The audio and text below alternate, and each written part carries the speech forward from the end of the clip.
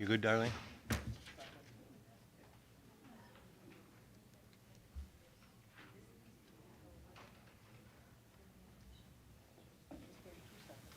Mm-hmm.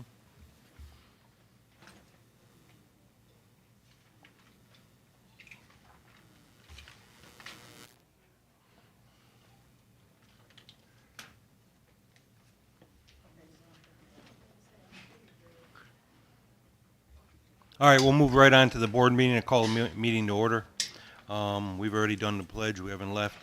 We have one add-on, a resolution to move funds from within the clerk's office. That's the add-on.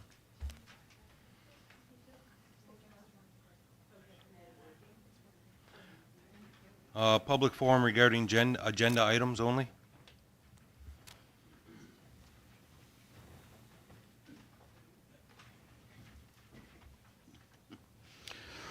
Larry Waters, I see on the bottom there on the agenda, I have no idea if the resolution in regards to the water rates, if that is just to decide that they need to be discussed, or if actual rates will be discussed and a resolution passed tonight, which I highly recommend is not a good thing to do. Rather open-ended, there was no other information other than resolution to address the water rates. Thank you.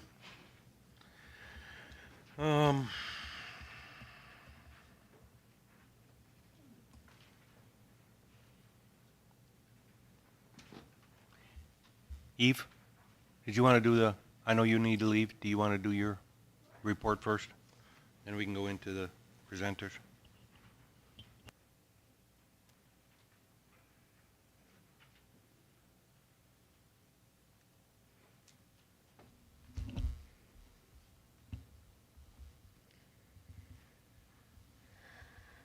So you guys should have some supervisor reports in front of you.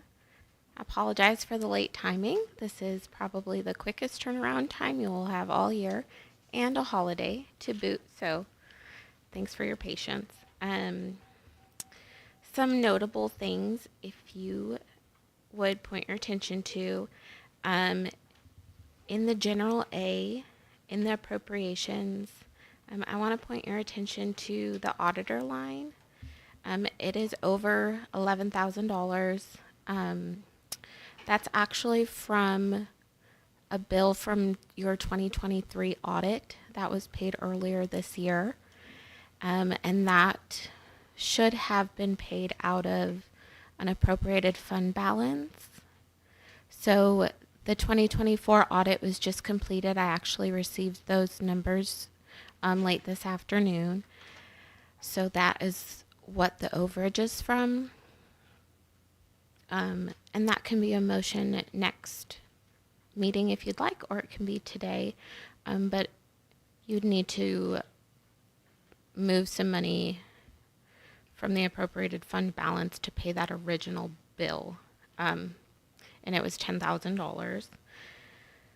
Another item I'd like to point your attention to would be the attorney contractual line. You did move some money last month into that line. We had talked about some solar farm legal fees and some water legal fees and breaking those out.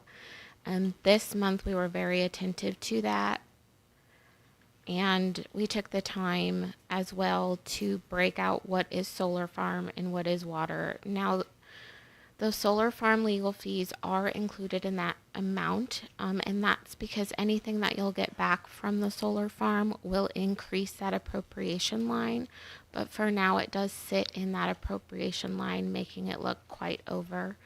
And then the water legal fees will get broken out as well. And right now, you're sitting at $23,800 that need to be either moved or refunded from the solar project. And you're also looking, if you're looking at that budget line, you have $23,000 over right now. So that kind of points those two balance. But you still are only in July and you have spent most of that budget. If you would point your attention to Highway DA, I did make a clerical error last month in the snow line, so sorry, Dale. I had miscategorized some snow removal payroll. It did belong in the road work in the highway DB, so that's been corrected. There are currently no payroll lines that are over. If you have any other questions for me, I'm happy to answer them. There are special district reports, and the board should have received some additional reports for water, some budget to actual breakouts for each of the water districts. I just want to be really cognizant that those are preliminary numbers, especially with the audit numbers having just come out. Those will continue to change, and we have a lot of information to continue to break out to make those water numbers accurate. And then for the town, as per Linda's request, I did make the abstract available to everyone so that the data is not sensitive and there's some more visibility for the town to understand what you guys are paying for. So I hope you guys have that and can kind of look at that a little bit more for you guys to know what the town is paying for as well. Do you guys have any specific questions for me? So do you have the 2024 final numbers so that what we're getting now is inclusive of, your starting balances are correct based on those? So I got them late this afternoon, so everything I gave you today doesn't include that, but your appropriations won't change. So your ending balance from 2024 doesn't change what you've spent this year, and it doesn't change your appropriations. Understood. You don't have like a balance sheet right now. Sarah will continue to work on that for you guys. I'm concerned about our fund balance. Okay. Do we have correct fund balance numbers based on what was brought over from 2024? So it doesn't sound like those have been included in here yet.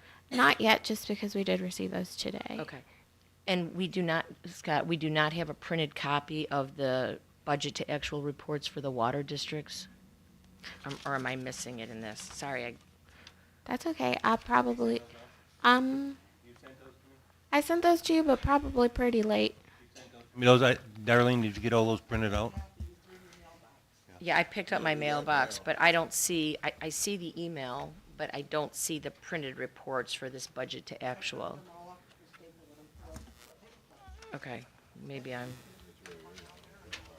yeah, I didn't, okay. So we might as well address this while you're here, Eva. So I'm looking at the 2024 financial statements, audited statements. My concern about the fund balances, what are our plans to address the negative fund balances in water districts? So I personally haven't looked through the audited numbers yet. No, that's more for the board. I'm Oh, I'm sorry, sorry. Eva. Sorry, that's more for, because we need to determine, I guess, what are we doing right now to address the negative balance? Well, if I'm wrong, Eva. We're not doing anything till you have the hard numbers worked into the water?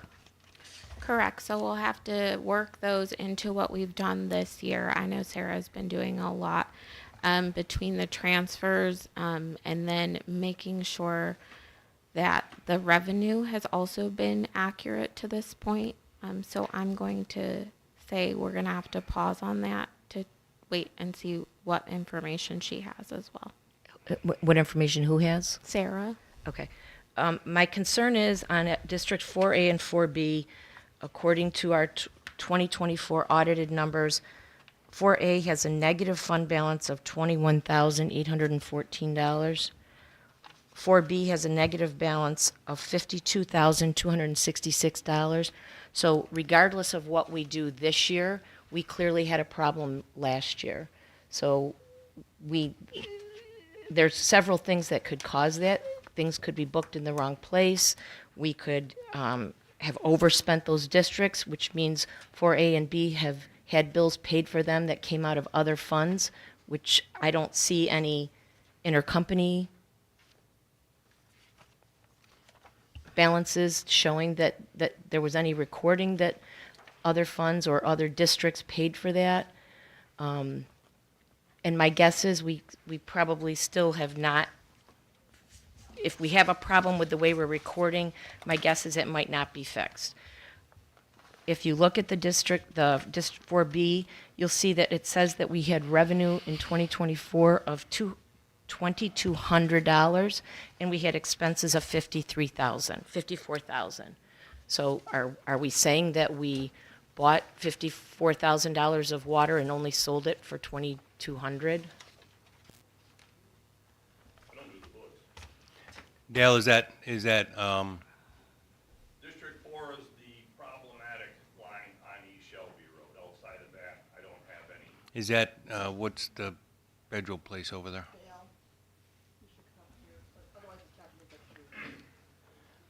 That's the, Job Corps Block, yes, Job Corps Block. that is a district of its own. Okay. District 4, I believe, without looking at my map, comes out of the tank, goes to Millville, up East Shelby Road, Dresser Road, County House. East Shelby Road is our problematic line, has been for years. Problematic meaning there's a lot of We've had repairs and things? probably upwards of near 15 breaks. So that I'm not necessarily questioning the expense. I'm saying that clearly we bought more. There's no way we had billings of $2,000 in a water district that's I don't that do the big. books, so I cannot answer that.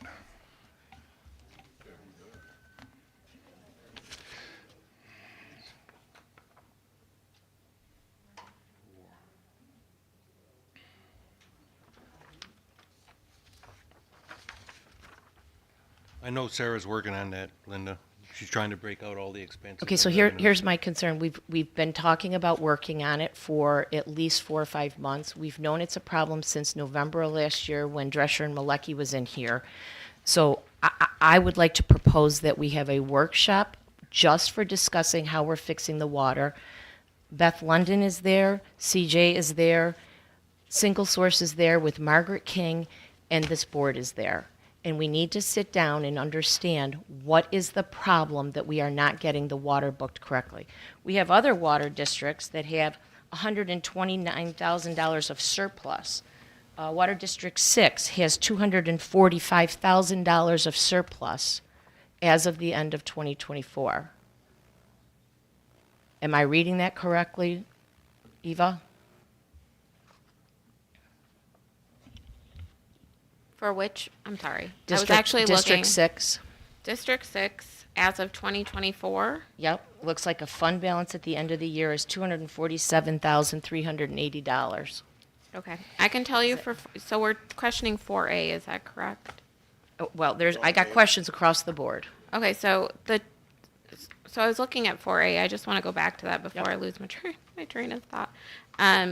Just looking at preliminary numbers again, as we sent them this afternoon. Yep. We have total income for them as of this year of $30,000 already. So that points more to an issue in 24's reporting than it points to anything else. Okay, that still doesn't mean we don't have, and this is not your problem, this is No, our I problem. It has to understand. be fixed. So what I'm saying is, I think you're right to question the income more than the expense. That's what I said. Right. I'm not questioning the expense, I'm questioning the Right. amount of revenue. Clearly is not $2,200. So I'm trying to find, because these reports aren't labeled by name, so give me a second. I'm just trying to find, okay, 4A.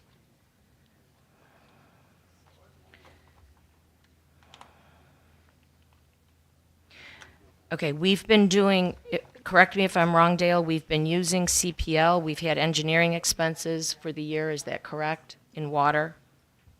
I believe so. I don't see engineering expenses booked. Or are you booking them to one, or the districts that are currently getting water from Royalton? Or are this is more probably an our question than your question, because you're only doing what we're giving you.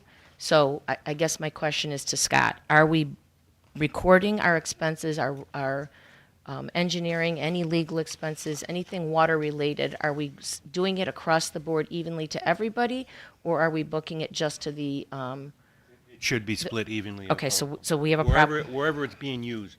Okay. So I Well, will wait a say minute, that wait. Royalton Water, for example, is charged to Royalton Water users.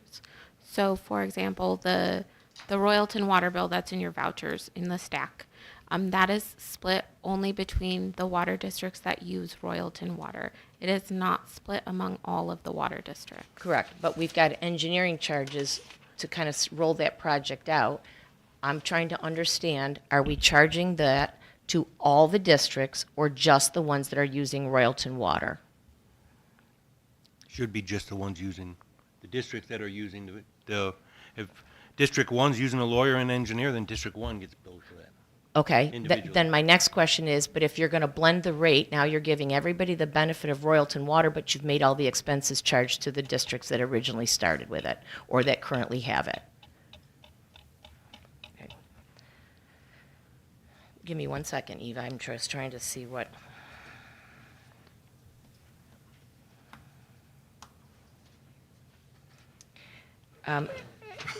This is going to be partially a Dale question, I think, for water in general. Payroll.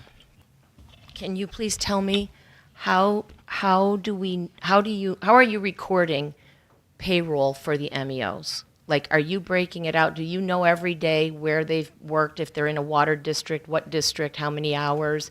Is that being how you're getting payroll, Eva? She gets the payroll by what tasks they perform. We used to break water out, and then we just broke it out for CJ. And then we stopped breaking it out because there was no way to know what funds were in anything for the last couple of years.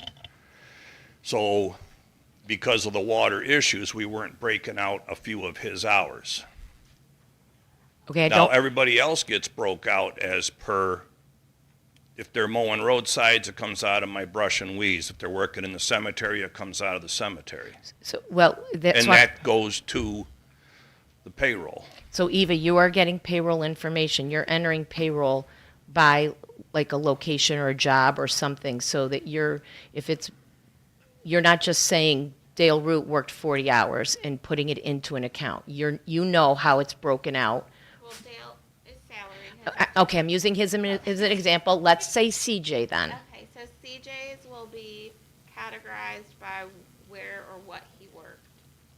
And if he's in water, how do you determine what water district he's been in and for how many hours in each district? Like I said, starting this year, because we didn't know what was in the water funds for That the has last 2 nothing years. to do with it. Well, then I can charge to it then, and I won't know if there's any money in the account, and it will be overdrawn more. But usually, No, we it's- used to do it. No, the way water works is you cannot use water money from one district for another, and you cannot charge expenses from one water district to another and move it around because there's budget money available. So we should be charging the actual time to the actual district. If the district doesn't have enough money, then it's up to us to figure out either they have to have a higher water charge or they need to have a surcharge added on to cover the expenses. But that's part of the budgeting process, and that's part of what's. So I'm concerned that we have a mess here where we have been charging water districts expenses that district did not incur. If we do a break, if we have specific expenses in a water district, it is charged back to that, yes. But not with payroll. Again, because the 100 account, I think there's a SW 8310 100 account. By district. I would assume yes. It is. But I had no idea if there was any money in there to charge it to. So if you would rather I charge it and bounce the account some more, it First is of your all, it's one wish. water. It's one water account. Correct me if I'm wrong, Scott or Eva. We have one water account, right? Bank account. So there's always, as long as all the water funds have enough money, there's a positive amount in there to pay the bills. The problem then becomes that district has spent more money than it actually has when we split it out in detail by Correct. district. That is a board problem. That is a supervisor issue for him to figure out when he's budgeting, and then we need to figure out whether we have to either raise the rate in that district, bond them and go get more money to cover the expenses if we're not collecting enough, put an extra surcharge on it, whatever, but we can't play with the numbers to just I charge will- whoever has the money available in their account. Going forward, it'll get charged to each district. But I think, Kathy, correct me if I'm wrong, we need to go back and look at that and fix it.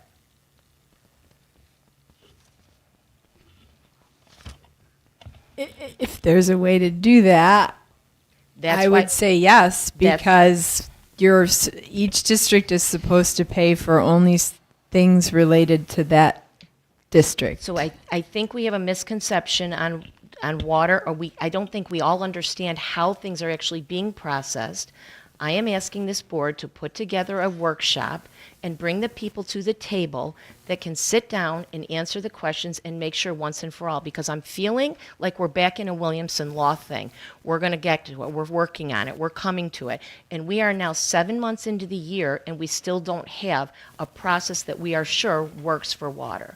So I'm asking us please to do a workshop, get Beth here, get CJ here, Dale should be here, the board should be there, and we need Margaret King from Single Source who can take the information that she's getting and understand the process and figure out how it needs to be accounted for correctly.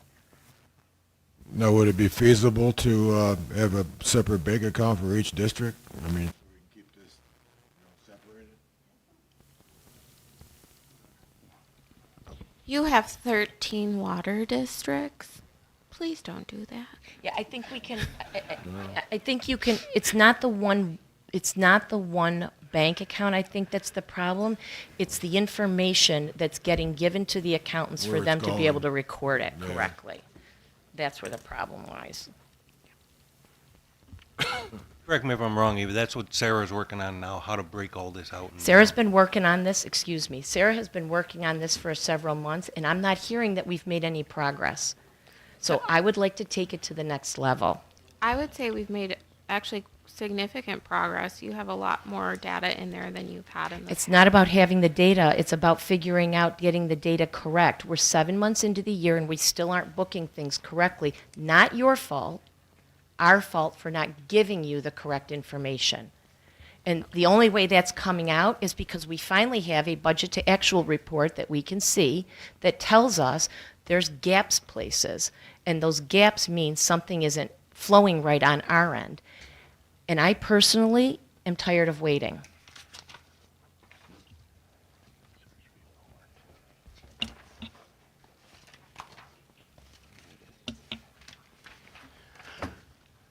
Anything else for, Yes. Okay. SOPs. Do we have SOPs yet that you can provide to the board? I did send one. It's a procedure for vouchers. You sent it to all of us? no, she had her procedures on there also. We were working on getting, Who did I Yeah. send it to? Cassie, did I send it to you? yeah. So can the board have them so that Oh, we yeah, can they're start looking at them?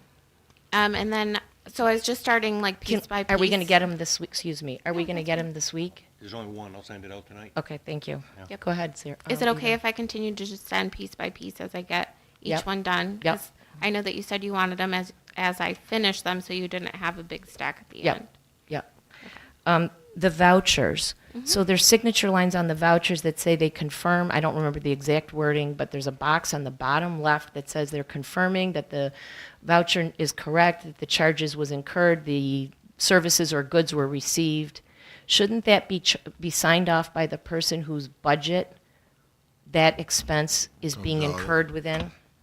It should be signed by the department head, yes. For whose budget that line falls in. Okay, so we have a process breakdown, I think. So we need to reevaluate. We've got signatures going for the Toshiba copier by the highway department. So I think we need to be more careful, and maybe they got put into Dale's pile, I don't know.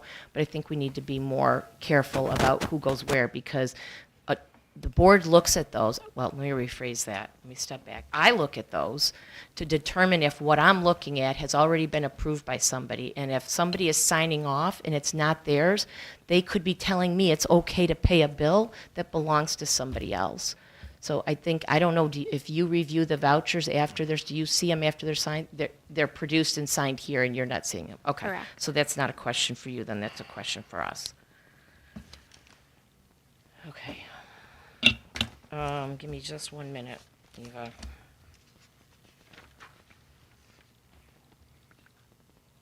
I think that's it for you. Thank you. Okay. I have a question. Oh, of course. So you had talked about legal fees for solar. Yes. What was the number that you said again? So solar is currently sitting at 9,400 and water legal fees are sitting at 14,475 cents.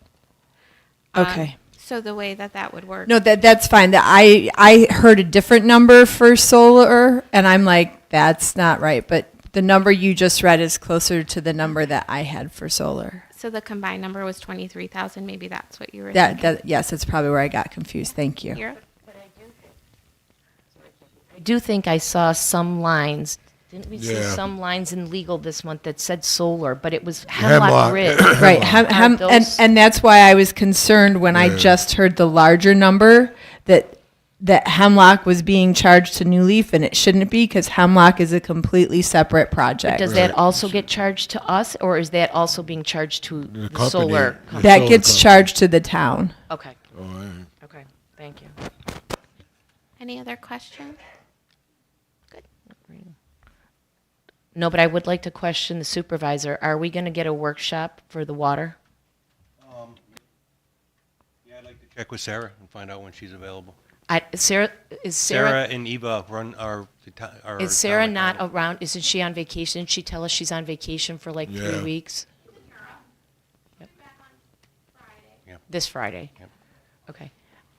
Okay, I just want to go on record that while I respect Sarah's opinion, she is an auditor. There's a difference between an auditor and somebody that does transactional accounting. And what we need is transactional accounting. So if you want to override me, but I'm telling you, as a 42-year experienced accountant, we need an transactional accounting person here. So I'm personally requesting Margaret. If you want to override me, go ahead, but I'll speak I with. want to be on I'll the speak with record. one of the partners, Chuck. He told me that Eva and Sarah were our accountants, and Margaret was on the back end working. Why is Margaret on the back end? I'm not a partner at his firm. I don't make those decisions. So that was not a decision on our part, that was a decision on their part? Decision on his part is what he informed me. Okay. I'll check with Sarah and see when she's available, and we can set up a workshop. And I'll check with Chuck also. All right. Public speakers. New Leaf Energy. Are they here? What? If you have an explanation.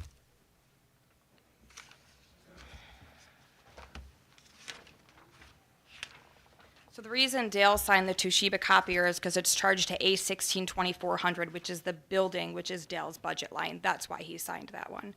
Dale's in charge of the building budget. I thought for the any copier, that budget. copier is not the one that sits in Darlene's office, the big Toshiba? It is, but it gets charged to the building itself, not Darlene's budget.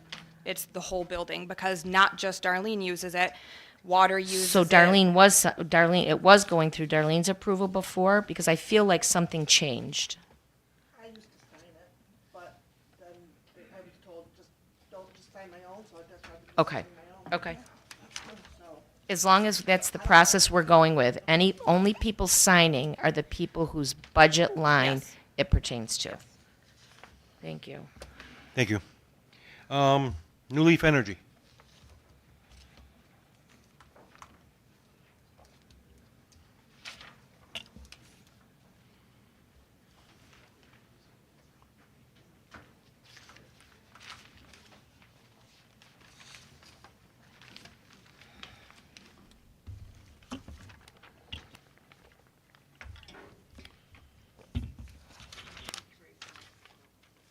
Yes. Okay. Hi, my name is Matthew McCrell. I am a civil engineering consultant on behalf of New Leaf. We are here tonight primarily to talk about visual simulations for view shed analysis for the South Gravel property. And we have a do you want me to one with Lydia's markers on it? Oh, yeah, whatever. Yeah, I got both of them. All right. We have some maps here indicating some suggested areas for view shed analysis. The ones that New Leaf actually order are going to be based on your recommendation, but these are just us taking a look at the view shed analysis and seeing where it's likely of interest. So I can hand these out to you guys.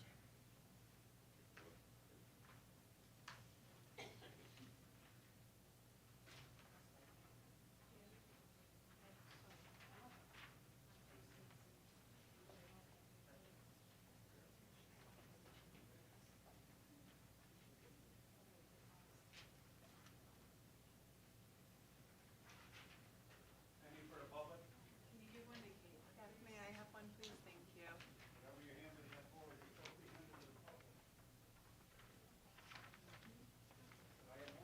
I don't have enough hand around for everyone, but I got a few extras here.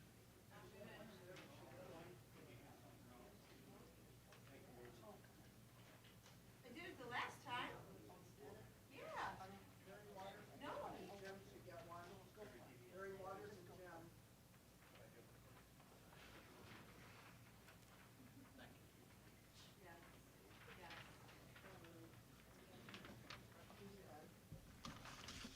And I have a few more here that don't have our suggestions on it, but they show the view shed analysis.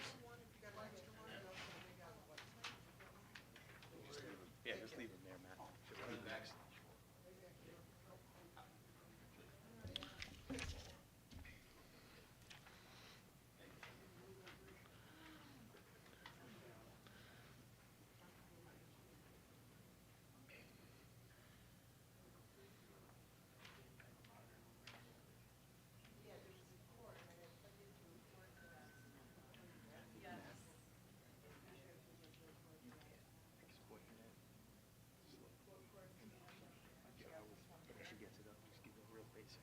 Yeah.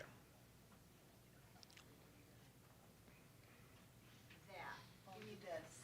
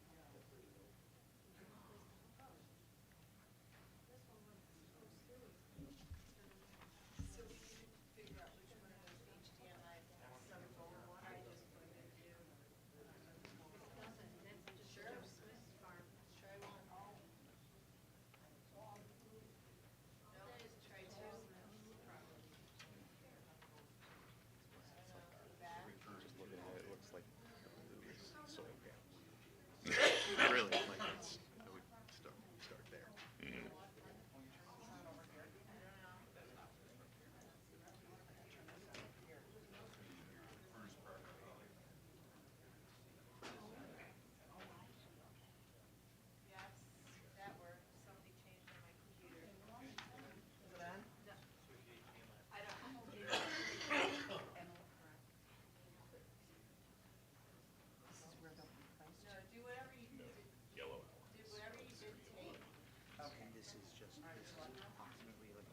Go back, whatever you just did. It did something on my computer and then it went away.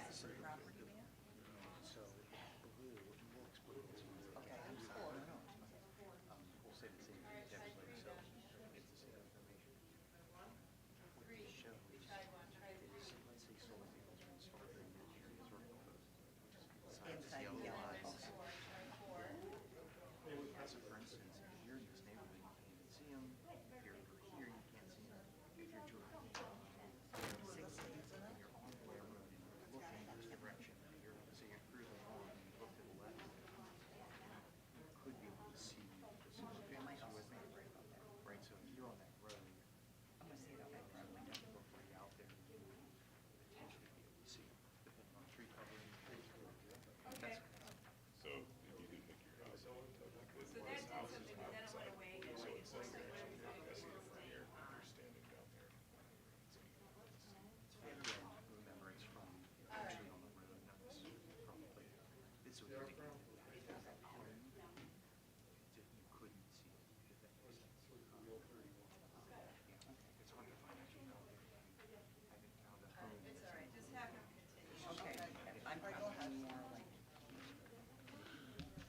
Ask her.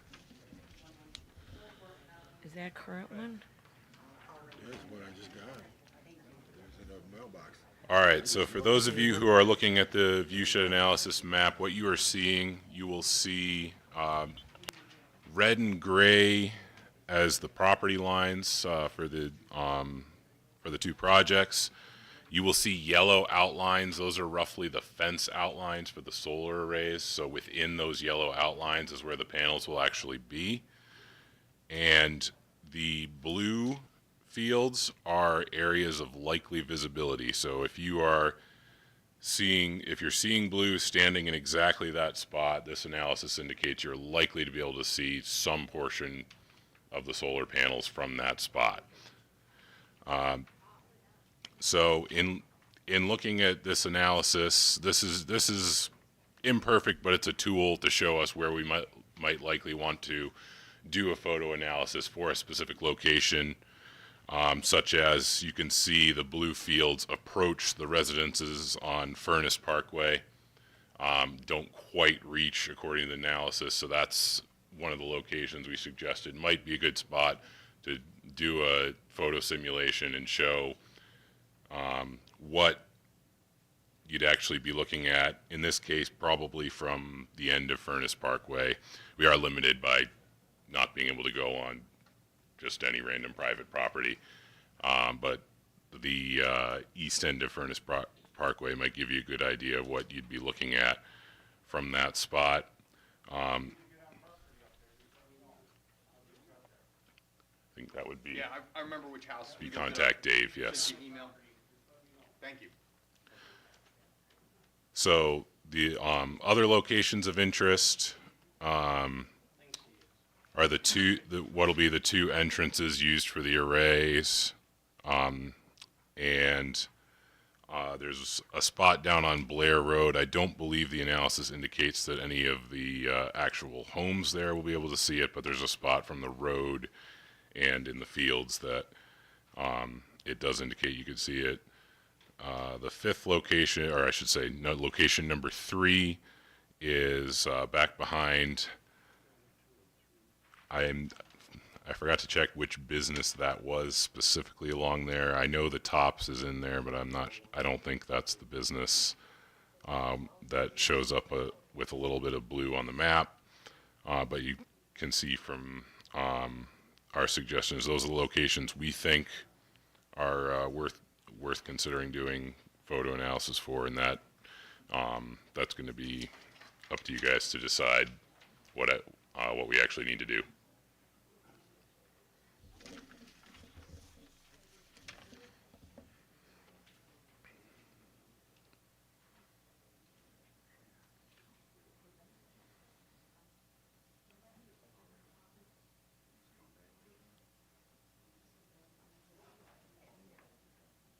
So what exactly did you do to put this together?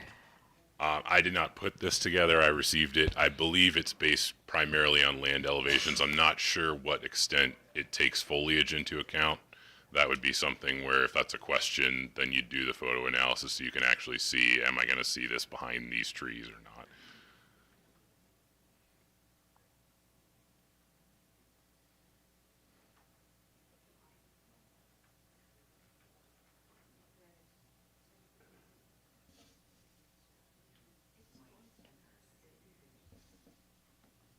So you're looking for feedback from the town as to whether the board is satisfied with the suggested photo locations and whether they want additional photo locations? Yes.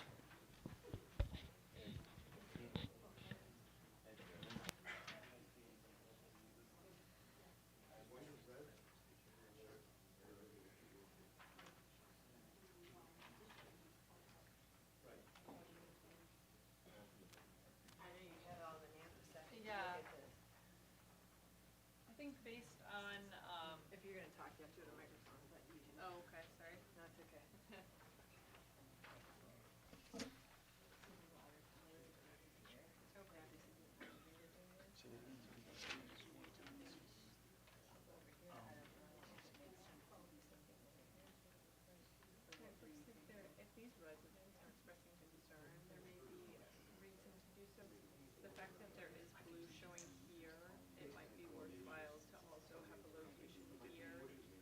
but as far as the other locations they proposed, they seem reasonable, with the caveat that it probably would be advantageous to do it from a residential yard here as opposed to the road, but I understand that requires additional coordination.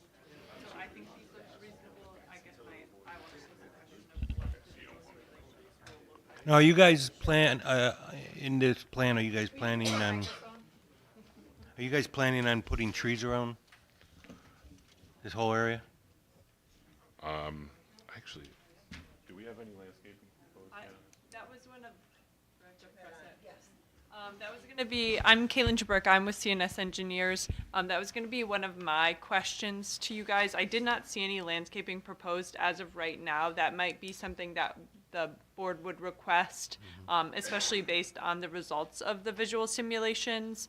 And with that, if there would be proposed landscaping, what the visual analysis would look like as far as like the progression of the vegetation, because sometimes visual simulations are provided where it's at existing conditions is what they typically provide for these is they'll take pictures in these locations to show what it will look like now and then project it out with what the solar array will look like based on the heights of the panels, etc., as well as any existing vegetation that is on site and any proposed vegetation.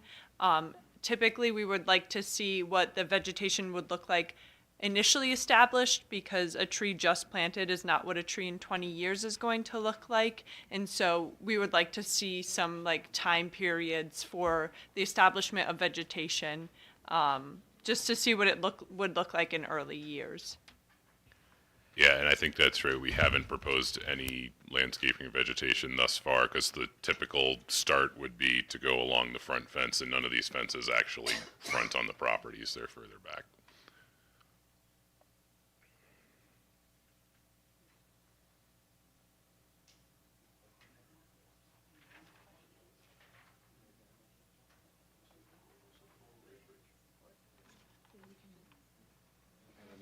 Time because I wanted to know about the trees with the vegetation, but he's already covered that. And so, Kathy, you got anything else? No, but Caitlin does. Okay. Yeah, as Kathy and I were just discussing, based on the projected kind of areas of view shed that are provided, I think the suggested photo locations they provided seem reasonable, with the exception that we may want to explore one up kind of near Sanderson Road, kind of going towards where the water tower is based on the topography of that area. I would also recommend, if possible, having someone on Furnace Parkway, if someone would be permissible to allow them in their rear yard, that would give a more accurate photo description or visual simulation of what it would look like from those residences' backyards, and any vegetation that may be advantageous to be planted in the back of the sites to help with just the imagery from people's backyards. So. California Street? Off of Blair? The one that I suggested up near the water tower? No, the other one that we talked about. Oh, yes, and potentially on California Street. Oh, I apologize. And potentially on California Street.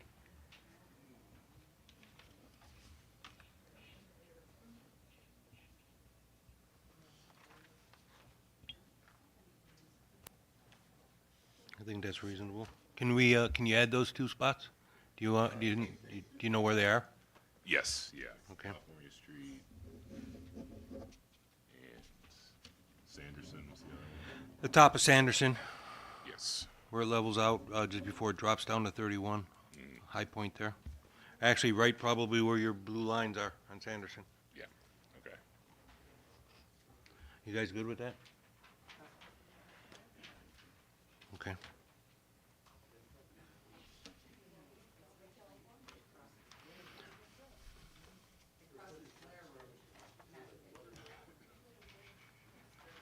Okay. Yeah, I think what we're talking about is the intersection of Blair and California. Right, where the blue Yes. Yes. Yes.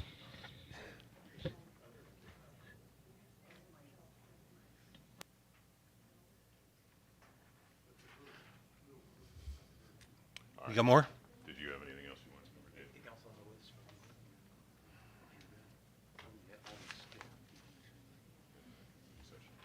I'll do that, yeah, I'll end with that, if that's okay? Yeah. You wanna do the decom? Oh, is that? Yeah, that's good. Okay, yeah, I'm good. Thanks. Hi there, Dave Strong here with New Leaf Energy. Just one quick thing before we're finished with our part.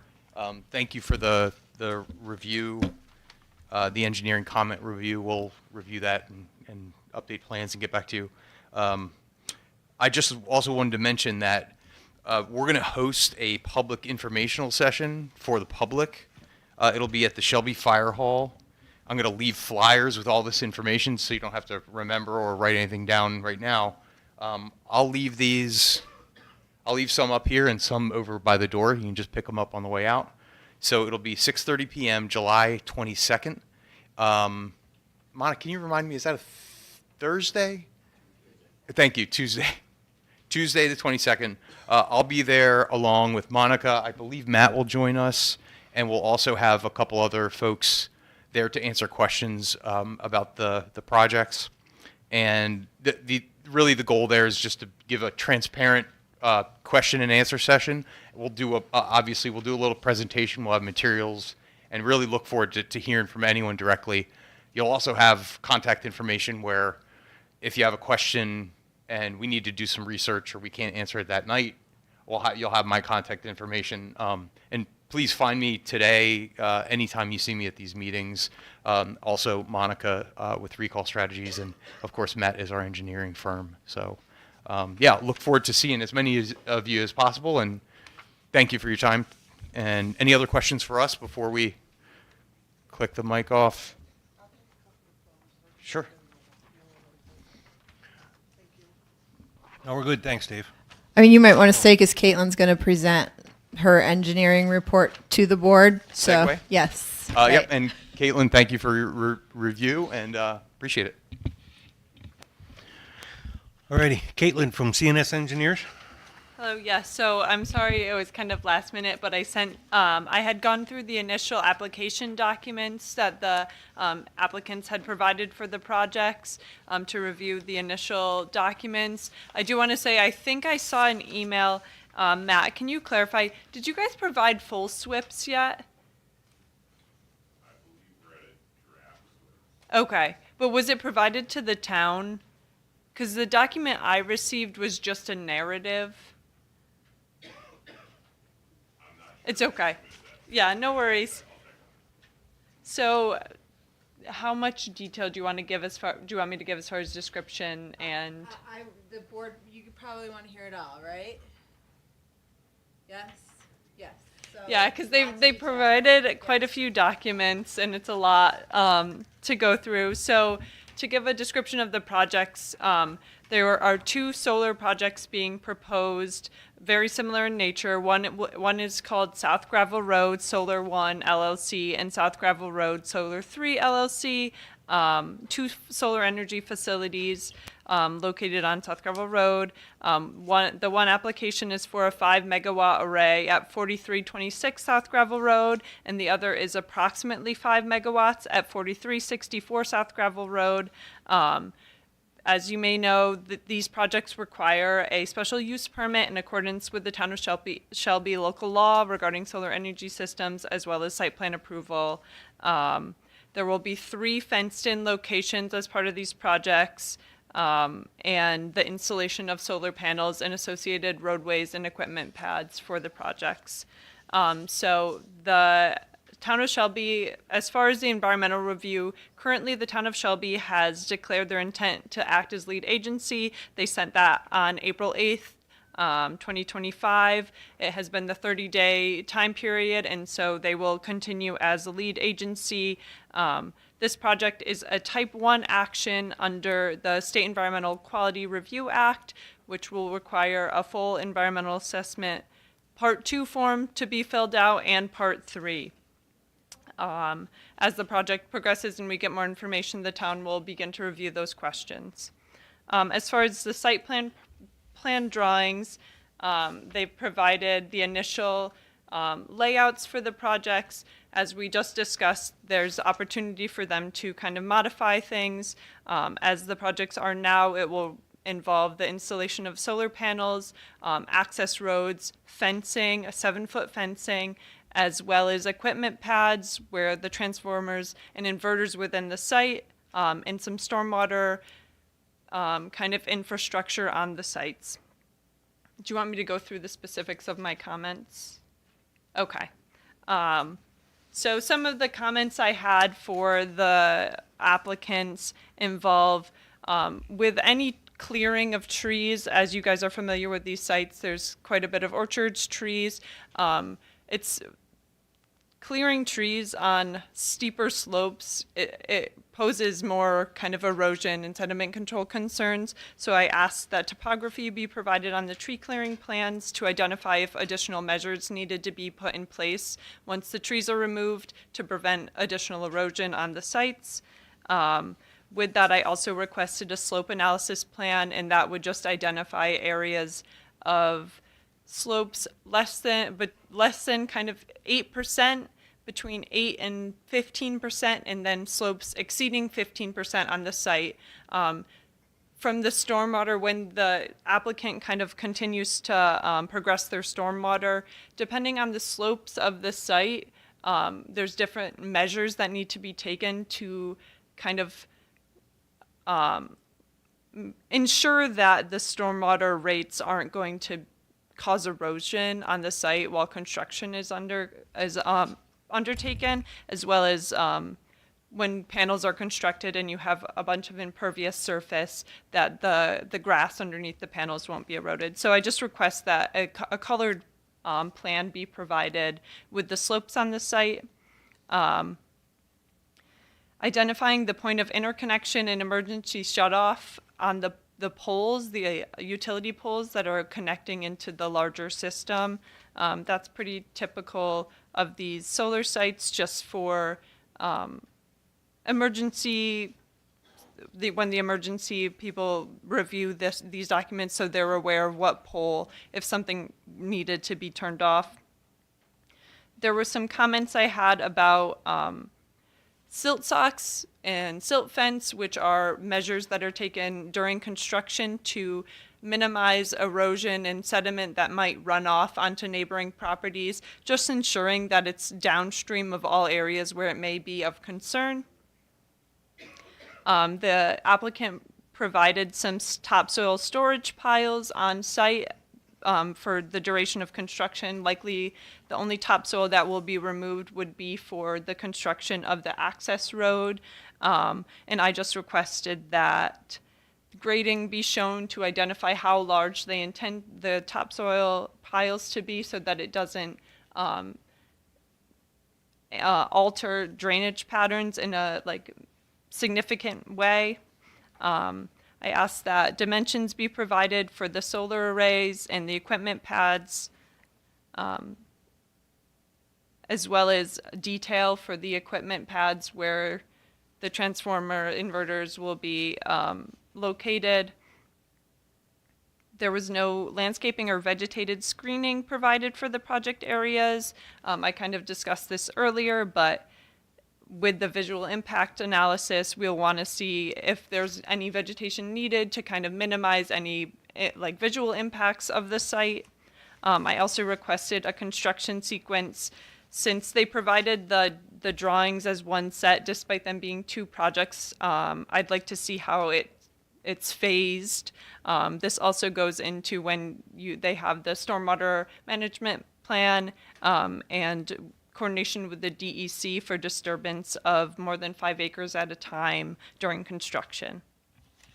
Onto the stormwater pollution prevention plan. Currently, they have not provided one, as Matt and I were just discussing. They have just provided a one-page narrative identifying the change in land use. My only comments for that were to provide one in compliance with the New York State Department of Environmental Conservation SPEED's general permit for stormwater discharges from construction activities.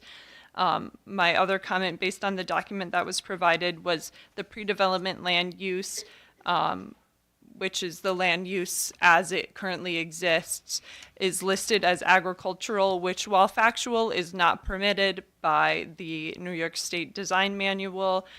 So the curve number for the existing land use should be modified as straight row crops is not to be used as a cover type.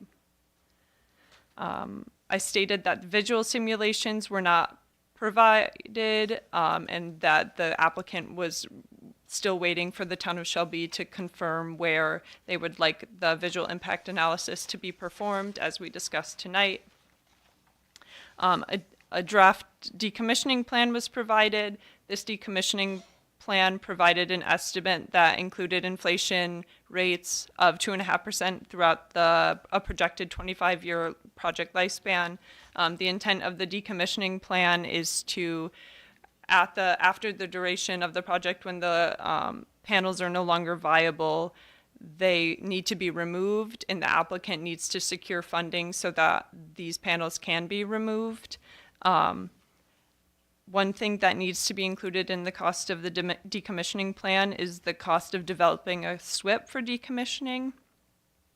The decommissioning plan does not currently include an abandonment timeframe and provisions for removal if the system becomes non-operational for a specified time period prior to the anticipated project lifespan. So if in 15 years after the project is constructed, the panels are no longer operational, the town of Shelby may request that if the panels are non-operational for an X amount of months, then decommissioning would commence unless the applicant had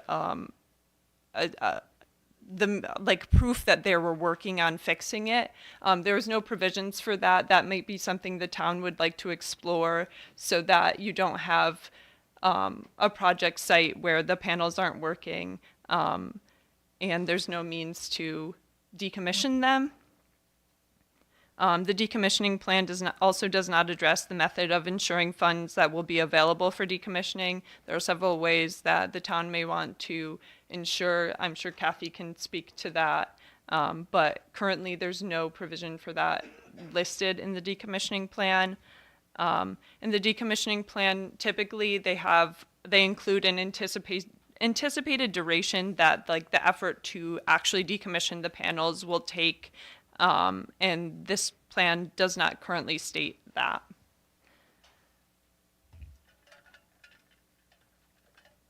Some additional information and permitting that will be required for this site. Based on the agency review letters and the nature of the site, there will need to be coordination with New York State Department of Agriculture and Markets. They will require the submittal of an NOI as well as likely some additional they may additionally have feedback on the drawings that are submitted to ensure that the integrity of the soil and the site can be returned to an agricultural use. The applicant has provided some language regarding these guidelines. However, it is likely that they will need to require more depending on what the department says. They will also need to provide coordination with the local fire department to ensure that the fire department sees the site as acceptable for access and is comfortable with what they will need to do in case of emergency. We would request that the applicant provide proof of coordination and acceptance with the fire department. This would be later as the project progresses, but something to keep in mind. Currently, the applicant has not provided a noise assessment for the proposed project. Typically, there's not a lot of noise associated with these panels. However, the inverters do make some small hum, and that's something that is often included with these applications. Another thing that has not yet been provided is a glare analysis to assess impacts from glare on motorists from the panels. Obviously, it's acres and acres of solar panels. They do have some glare. It's not incredibly adjacent to roadsides, but still it would be something to assess. No operation and maintenance has been provided by the applicant. Typically, an operation and maintenance plan includes both stormwater provisions as well as maintenance of just the general facility, who's going to mow it, how often, maintenance of the road, and if any concerns come up with fencing, as well as maintenance of the actual panels themselves. There also may be county and state permits that will be required for work within the right-of-way. I believe that road is a state road. They will likely require driveway permits, entrance permits, as well as New York State DEC will require some permits for stormwater. And then my last item was I saw in one of the documents that a parcel merge request was filed with the county to merge two of the parcels that the proposed projects are on.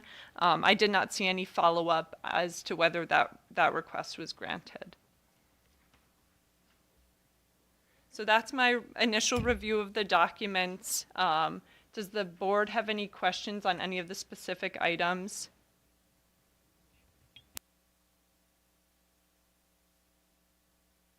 Caitlin, do you have all that written down? Can you forward that in an email so we can go over it and see? Absolutely, You got it? absolutely. Okay. I'm sorry. I printed out copies at least for some of the board members. And darling, you can put it up on the website under the solar.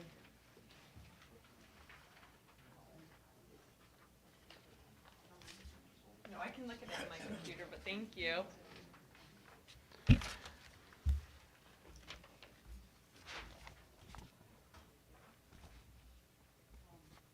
Caitlin, at what point do you think we'd be comfortable with reviewing the part 2 of the seeker form?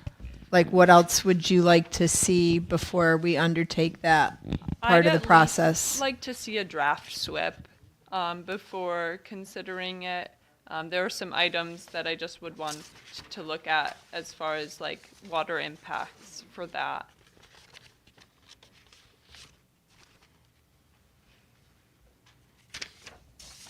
We also would likely want to see the visual impact assessment.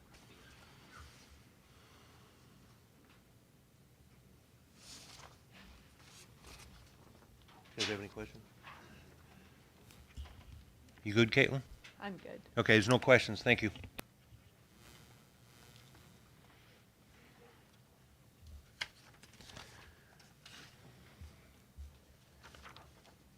All right, let's, there is no assessor report tonight. She sent an email.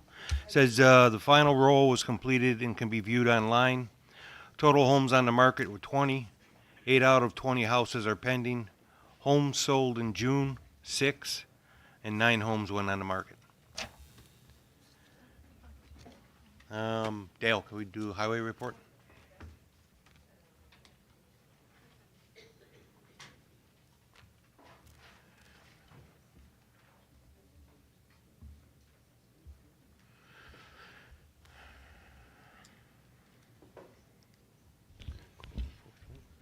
Good evening. It's been a decent month.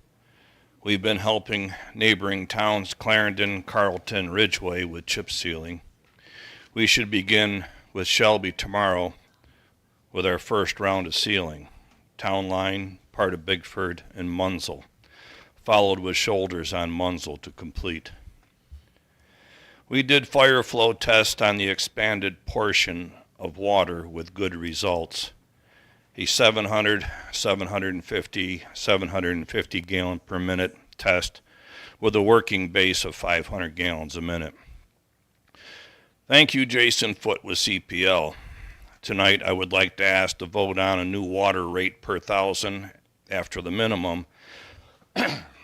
After consulting with CPL, we have ascertained a new rate of $5.60 a thousand would be in line with how far we've been able to move Royalton water. All the lights in our shop have been changed out to finish the lighting program in the building. Rebates have been paid. This last round of 80 lights installed only cost the town $104. Thank you, Jeremy, for your work you put into this project the past 2 years. The men ground stumps in the cemetery on Salt Road in Shelby Basin, cleaned up and seeded. And yes, they all involved a stakeout. Spoke with Grant Johnson on the cemetery grant of a potential $15,000. Everything is in place. Just waiting for final approval from the solar company. Also, I would request a vote tonight on the rate increase for the cemetery operation. As concerns were brought up at the last meeting, but nobody came to me for any discussion. I assume no questions need answering. Both Beth and CJ spent time with a representative from Thai Sales, learning the new Neptune 360 software we purchased. With the next water read, this will be incorporated. Once the brakes on the tractor are repaired, we will continue with roadside mowing. We continue to mow fire halls, parks, and water vaults, picking up dead deer, burials, and let's not forget the stacking of e-waste. Now that my report is given, I would like to respond to a portion of the election rhetoric pertaining to the termination of one of my employees. I want the board to know that I was a close personal friend with Mr. Walter for many years before coming to the Highway Department. Despite being friends, I have had many job-related concerns with Mr. Walter since I joined the town. It was brought to my attention that there was a union contract and employee handbook I was to follow. That clearing the air in the parking lot was not an option. The most recent issue with Mr. Walter was certainly not the first issue we've had. I have no problem going into further details, but find no value at this point to expand upon it. Nor is this the time. As board members, you are more than welcome to come to me for a full accounting of the subject. The town has attempted to negotiate a resolution to this issue through the CSEA, but has been unsuccessful to this point. An offer for Mr. Walter to maintain his employment with the town was offered. He would have been back to work 2 months ago, but he refused the offer. Last year, the town CSEA negotiated a resolution of a prior disciplinary action with Mr. Walter, but he rejected the resolution, and the union did not ultimately pursue a grievance on his behalf. That's a lie. The grievance is in place. This is my report to the board. Would you please? This is the truth. You come to my office and I will explain it to you. But nobody ever comes. I truly wish Mr. Walter the best and hope that we are able to amicably resolve the situation, but I strongly believe that his termination is supported by just cause. I cannot comment in further detail because this is a personnel matter and discussions with CSEA are ongoing. Excuse me, Ed? Comment on it right now at all. I gave what the lawyer said that I could say.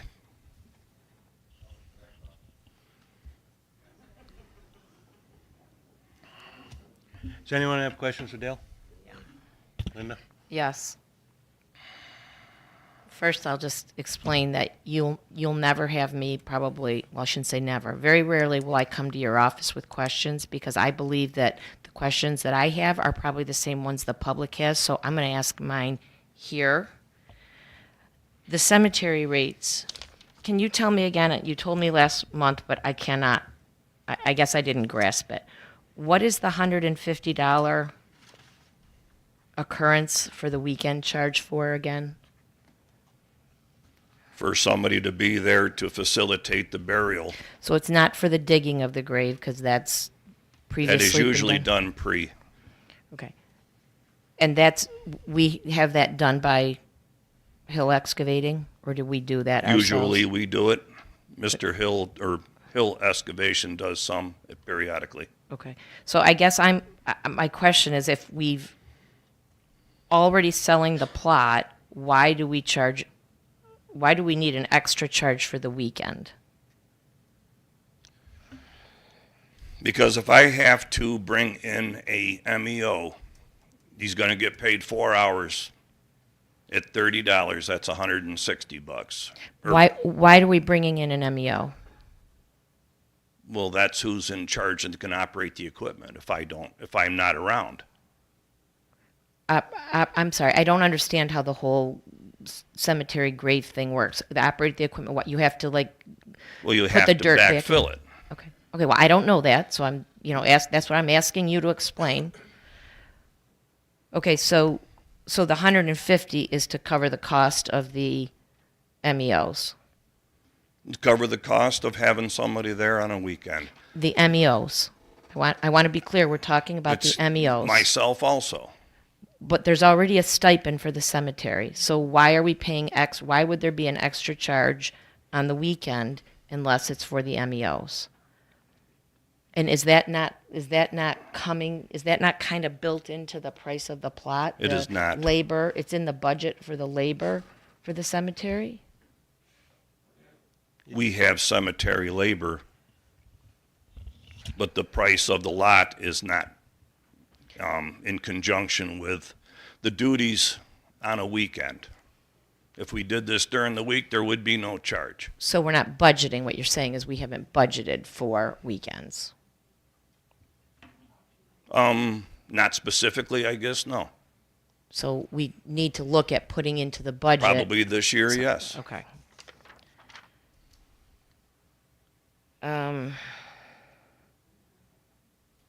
Was there spraying done around the town? Yes. Can you tell me by whom? A qualified person from another town that has his pesticide permit. Can you tell me the town? They would rather not. I would rather. Ridgeway. Thank you. And then I didn't hear in your report about the incident that happened out at the dump. I'm hearing from different people in the town that there was an incident. I don't know anything about it. Scott, you weren't informed either? It's my understanding the state police were out at our dump. I didn't even know we had a dump. And there was an incident where someone got hurt and had to be taken by ambulance to the hospital. So we're saying that the state police neglected to inform us of an incident on our town property. I know anything about it, ma'am. Julie, I'm not talking to you. Everyone has to be considerate. No one talks in this room unless they get recognized. That's just the way it is. That's the rules for meetings.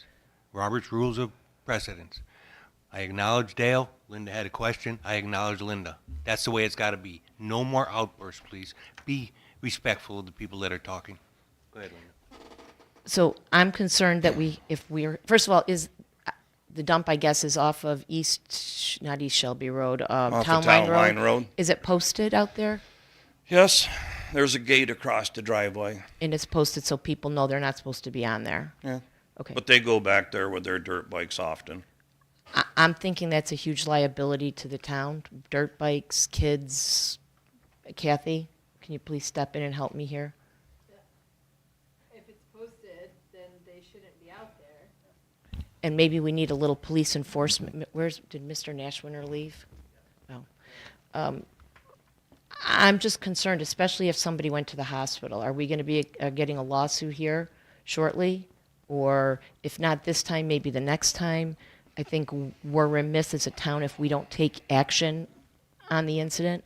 So it's my understanding the state police were there. Is somebody going to reach out to the state police and find out if there was an accident on our property? I guess I can try tomorrow. Okay. You can get a police report also on it. There is.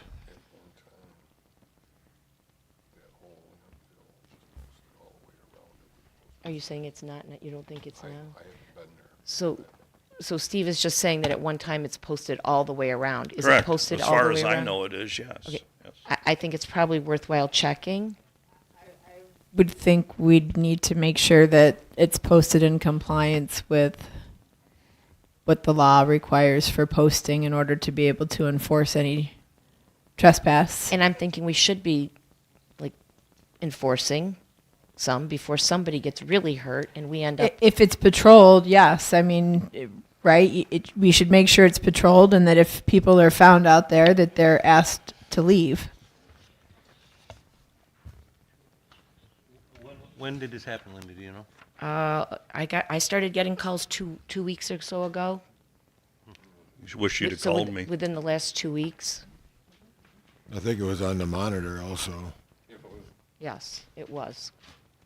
if there was an accident there, it seems like East Shelby would have been notified, East Shelby Fire Department went. so then there should be some kind of record would, That's what I'm asking. I guess I'm confused as to why something would happen on our property that could be a legal issue and nobody notifies us. Apparently they didn't. Do you find that odd? No. Do you find that concerning? Maybe some, yes. Maybe some, we could end up in a multi-million-dollar lawsuit. Well, they Just- shouldn't have been out in private property, but yes, I guess I am concerned about somebody being injured. And trespassing. Yeah, but the On- chances of catching somebody on a four-wheeler or Well, we dirt caught bike- him. We caught him. Well, he 'cause did there's it a- himself. There's gonna be a police report. So whoever Should that be. was, we would have caught him I was or unaware. her. I shouldn't say that. It was my understanding it was a male, but I'm not 100% because I haven't seen a police report.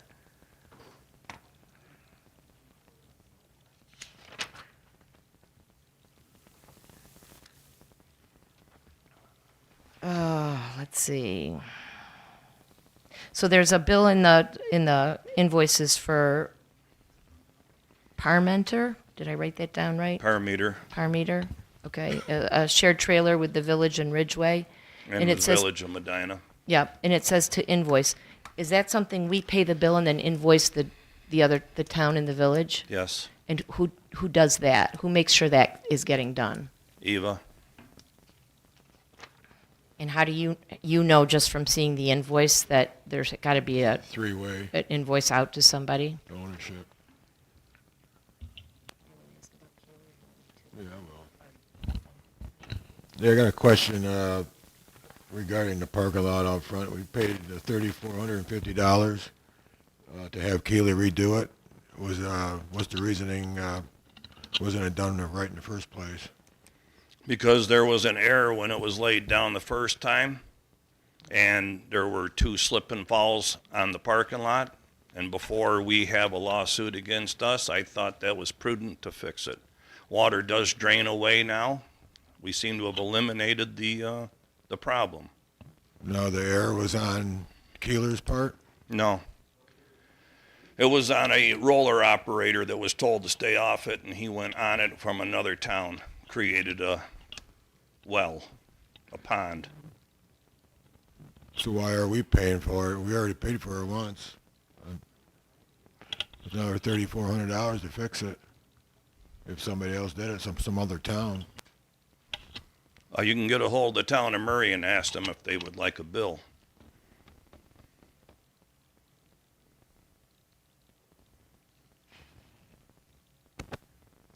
Yeah, that's all I've got. Have we done any brush and weed work this year so far? I don't understand what you mean as far as cutting trees down, yes. Anything that's considered brush and weed? We've done the roadside mowing. Okay, so we have no, so I'm going back to my payroll problem. We have no payroll in brush and weed. As far as something that's been, Well, there is a line for it. I understand that, but if there's been work done, it was not, the payroll was not charged correctly to brush and weed because we're saying that I believe that payroll period was a time that I wasn't here and somebody else took care of it. I think it was the first part of June when I was at school. Payroll was handed in and somebody else coded it. Okay, that's fine. We just need to, so you should probably get with Eva, figure out how much that was for, and it should be reclassed into the right account.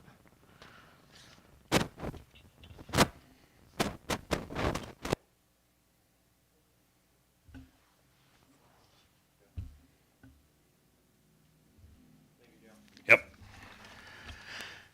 Planning board here tonight? Okay. Code enforcement? No. Mr. Ike?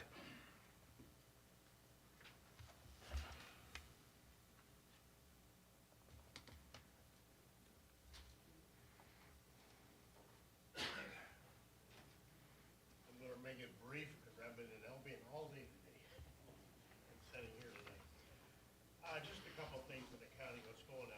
hear me?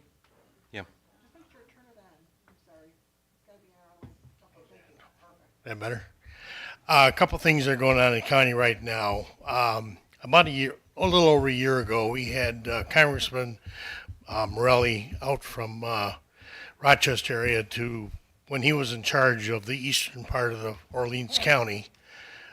We gave him a tour of some of the areas out in the eastern part of the county and took him down to the Point Breeze, and showed him the water down there and mentioned to him that we needed dredging done again, which was coming up.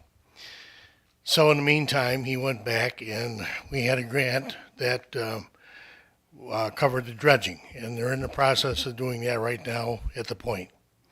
That's number one. Number two, you probably read it in the hub, and the dredging is on the hub too, and I haven't even gotten on it tonight to read it, but we had a grant, the legislator had a grant that we applied for to look into ambulance service countywide and fire countywide. So that's going to be coming up as a study to see what the possibilities are. Not so much with the fire, but the ambulance service is a drastic problem, even though we've got complete coverage throughout the county. But it's a problem. So we just wanted to get some ideas how to get it resolved.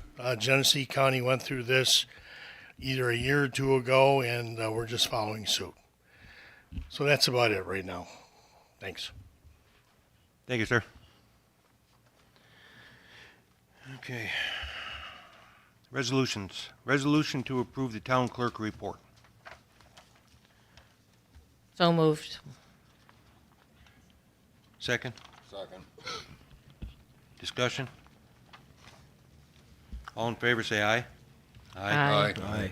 Opposed? Motion is carried.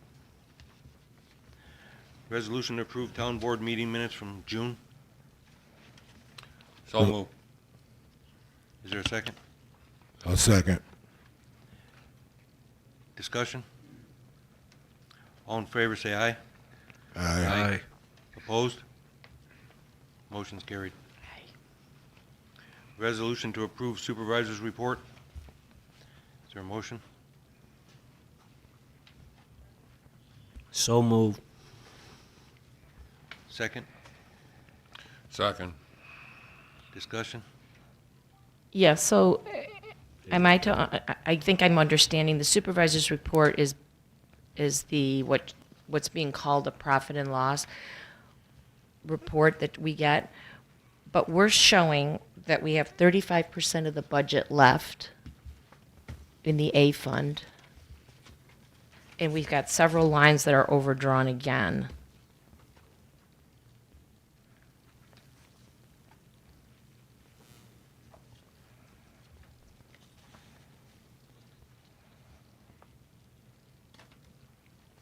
Okay, what's your question? What are we doing about the overdrawn lines? According to Eva, I spoke to her today. We're going to work this out for August meeting to transfer funds, whatever we need to cover line items. Okay, well, She didn't want to do it this meeting. okay.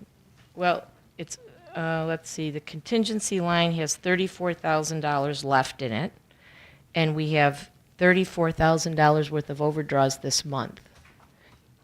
And we've got these bills, if I remember correctly, the legal bills are only through the end of May. So we've got 7 months of legal left at a minimum of $2,000 a month. And then all the extras that keep happening. So I don't think we have enough money in the A fund. So I think it's more than a sit down with Eva. It's a sit down with the department heads to find out we might be cutting spending effective August. No, I agree. we were going over to figure, she was waiting for Sarah to come back to figure out what we needed to do, what needed to be moved. Well, that's our decision, not their Her decision. recommendation, and then we present it to the board, and the board decides what we're gonna do. So you're going to let an outside person who doesn't know the inner workings of the town tell Dale what he can and can't spend? No, Don't we think we should be talking to the departments and finding out what they? that's like, not what I wh- said.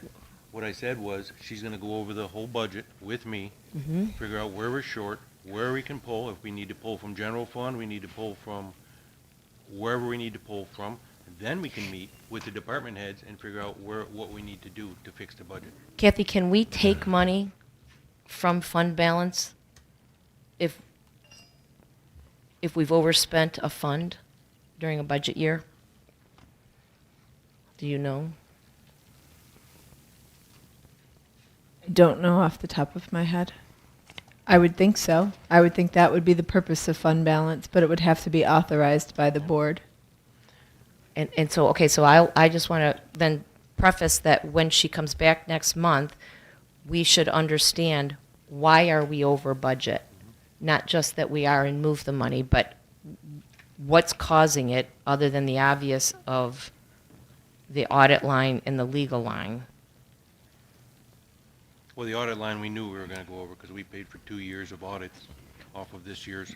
Well, I guess I'm wondering why Tina didn't suggest that we encumber the money to cover the audit bill that we were going to get in January or February or March for last year, Last because year. it's last year's money, last year's audit and budget. Only for 23, yeah. Now, where'd the Yeah, 15, we- where'd the we- 15,000 come from that we put in for the legal? What line would that come out of?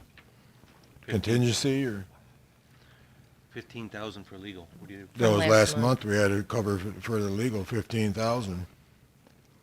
And what's left in that contingency that we took out? Is there, Right here.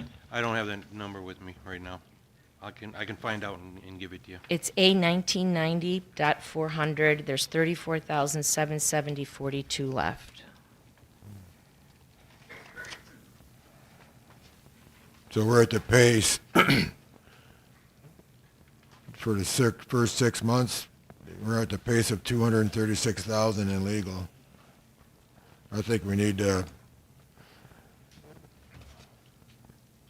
we're gonna have to stop, we're gonna have to stop the spending. I don't understand.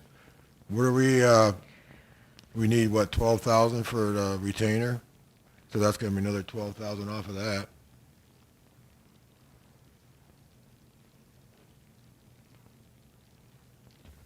So you want to approve this report even though we're overdrawn in three lines, 4 lines? Vote how you want. I'm presenting it. No, I'm This is what ask- the accountants gave me. I understand that, but I'm asking you, is Yes. this report is acceptable to you? Yes, from what I was told by Eva and Oh, it does not need to be, we do not need to transfer funds immediately.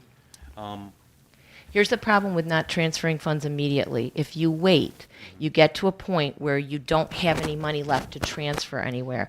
And the answer is not to go into fund balance. We budgeted appropriately. We said in fact, this board voted to pass a budget. You said it was correct at the numbers that are there, and now you could very well be overspent in August. The answer is not to take money from, you're okay with taking money out of fund balance? Yes, I'm talking to you, Jeff. Okay. Steve? Then we'll have to cut spending, we'll have to meet. You gotta understand, we pay the law firm $2,000 a month for board. Business. Understood. Every email she gets, every law she's gotta research, every bit of Every paperwork she has to investigation that do, she has to look that into, this board every, approves. no, yeah, This board 3 members of the approves. board approve it, you're correct, It's approved by the board, correct. gets charged at $297 per hour. So that's another thing, I would like to, Kathy, I don't know if it's considered an executive session or legal advice, but I think this board needs to have a discussion around personnel matters relating to legal. I think we ought to just cap the spending each month at $2,000 for legal. I think that's all, because we've already overspent quite a bit of money here. Well, I'm not sure you can do that because there are things that, in my opinion, there are things that we're gonna need advice on that could be outside of the realm of the, but this is our second or third year in a row with those kind of legal expenses.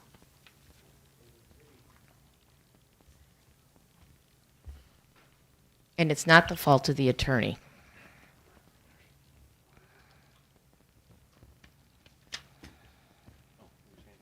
I was just going to say we could go into executive session if that's the prerogative of the board.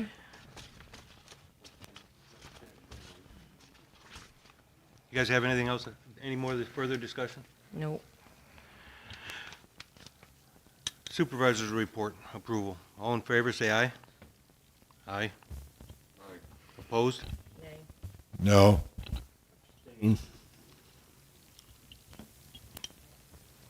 Motion's denied. Okay, resolution to pay claims against the town. Is there a motion? So move. Second. Any discussion? Yeah, I'm not sure if Cassie, you can help with this. I believe I remember hearing back a while ago that there was a short pay into the retirement. Was that corrected?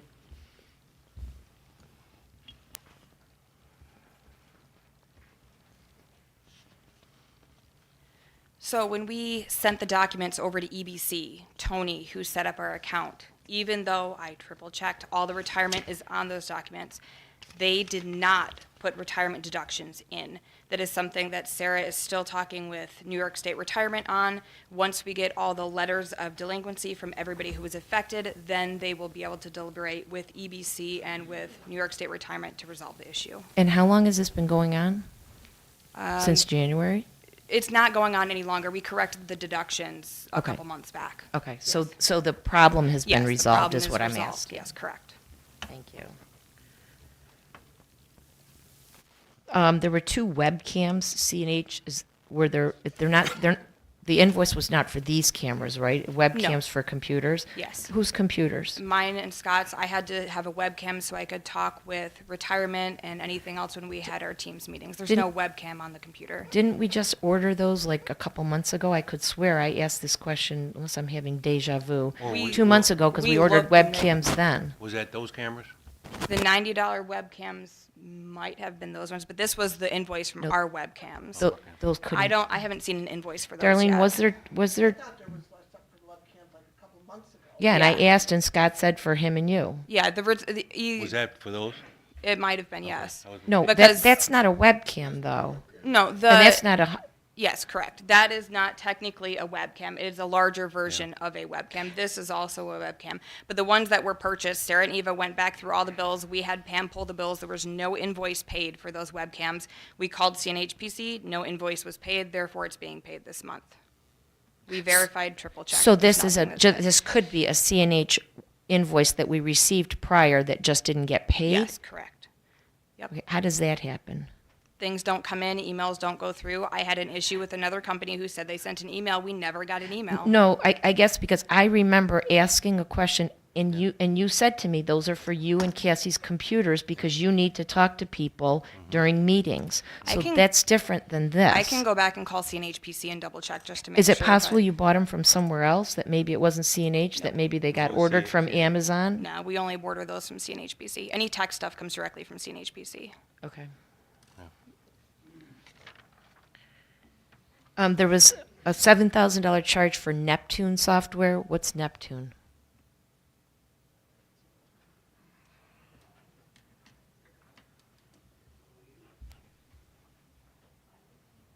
Neptune is our water meter billing and equipment.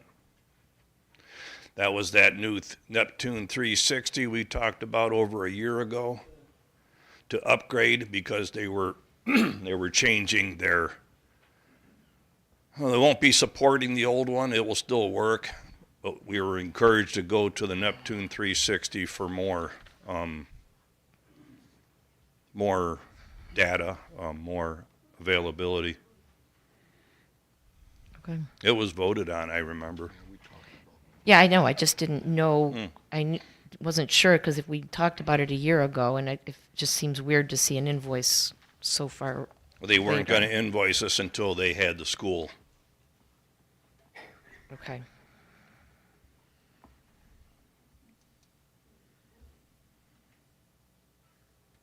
Okay. I think that's it.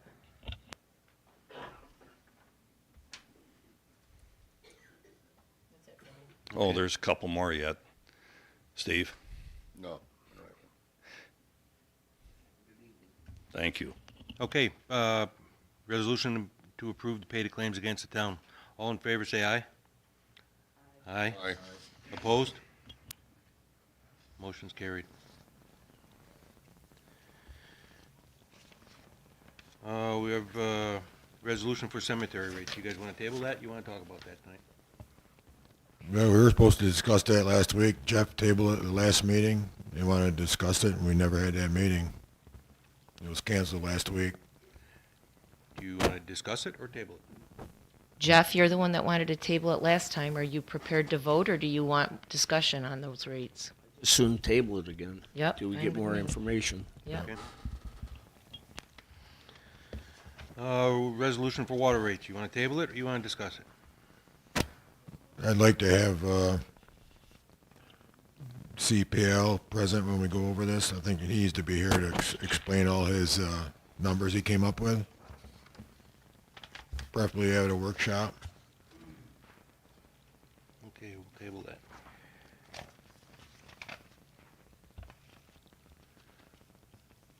Okay, resolution to move the remaining funds from A 1330-400 tax collection contractual to line A 1410-400 clerk contractual.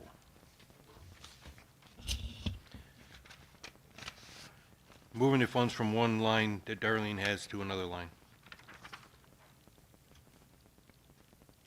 Is there a motion? So What- moved. Okay. Is there a second? Second. Any discussion? Could I ask why? Why are we doing it? The one, that's her, clerk contractual, that's her training, everything, and that's over budget.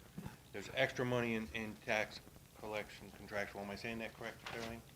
So it was recommended to move from tax collection contractual to clerk contractual That's right. to cover the expenses. Right. That's it. That's the 831 to the clerk. Okay. Yep. Do a roll call vote. Schiffer? Aye. Seitz? Aye. Lemina? Aye. Slaney? Aye. And I vote aye also. Motion's carried.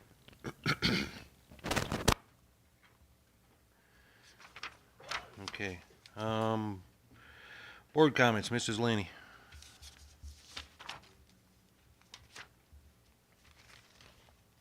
Got a question here on the public hearing posting on the hub.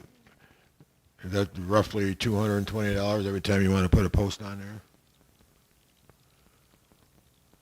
Well, we had a meeting last week and it was canceled. We still had two board members that could have came. So we just wasted $220. I think we should have had that meeting last week like we planned. Okay, but you can't have a board meeting with only two members? No, we had four members could have been here. I don't understand why the other two couldn't be here, but there was no explanation, so that's all I've got. Ms. Lemina?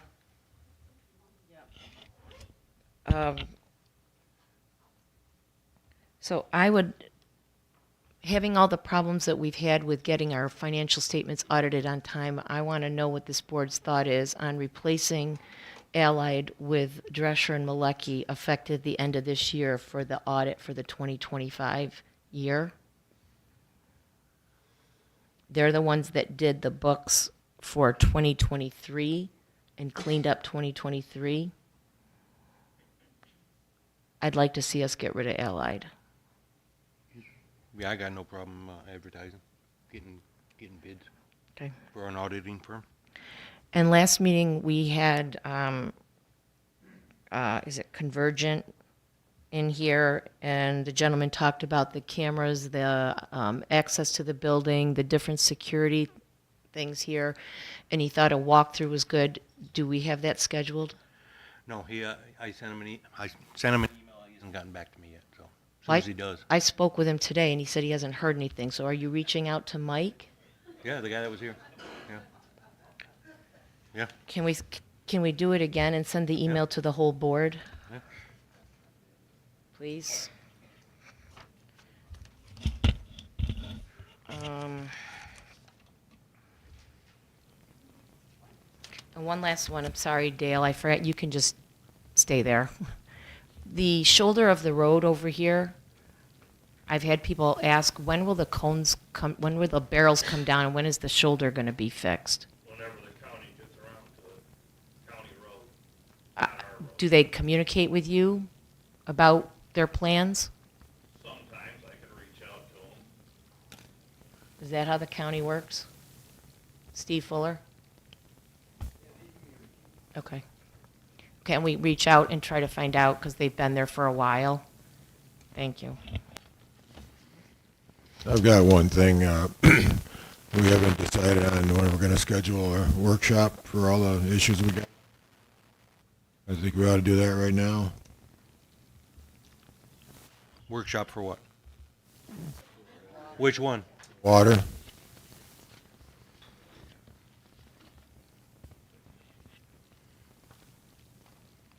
The water.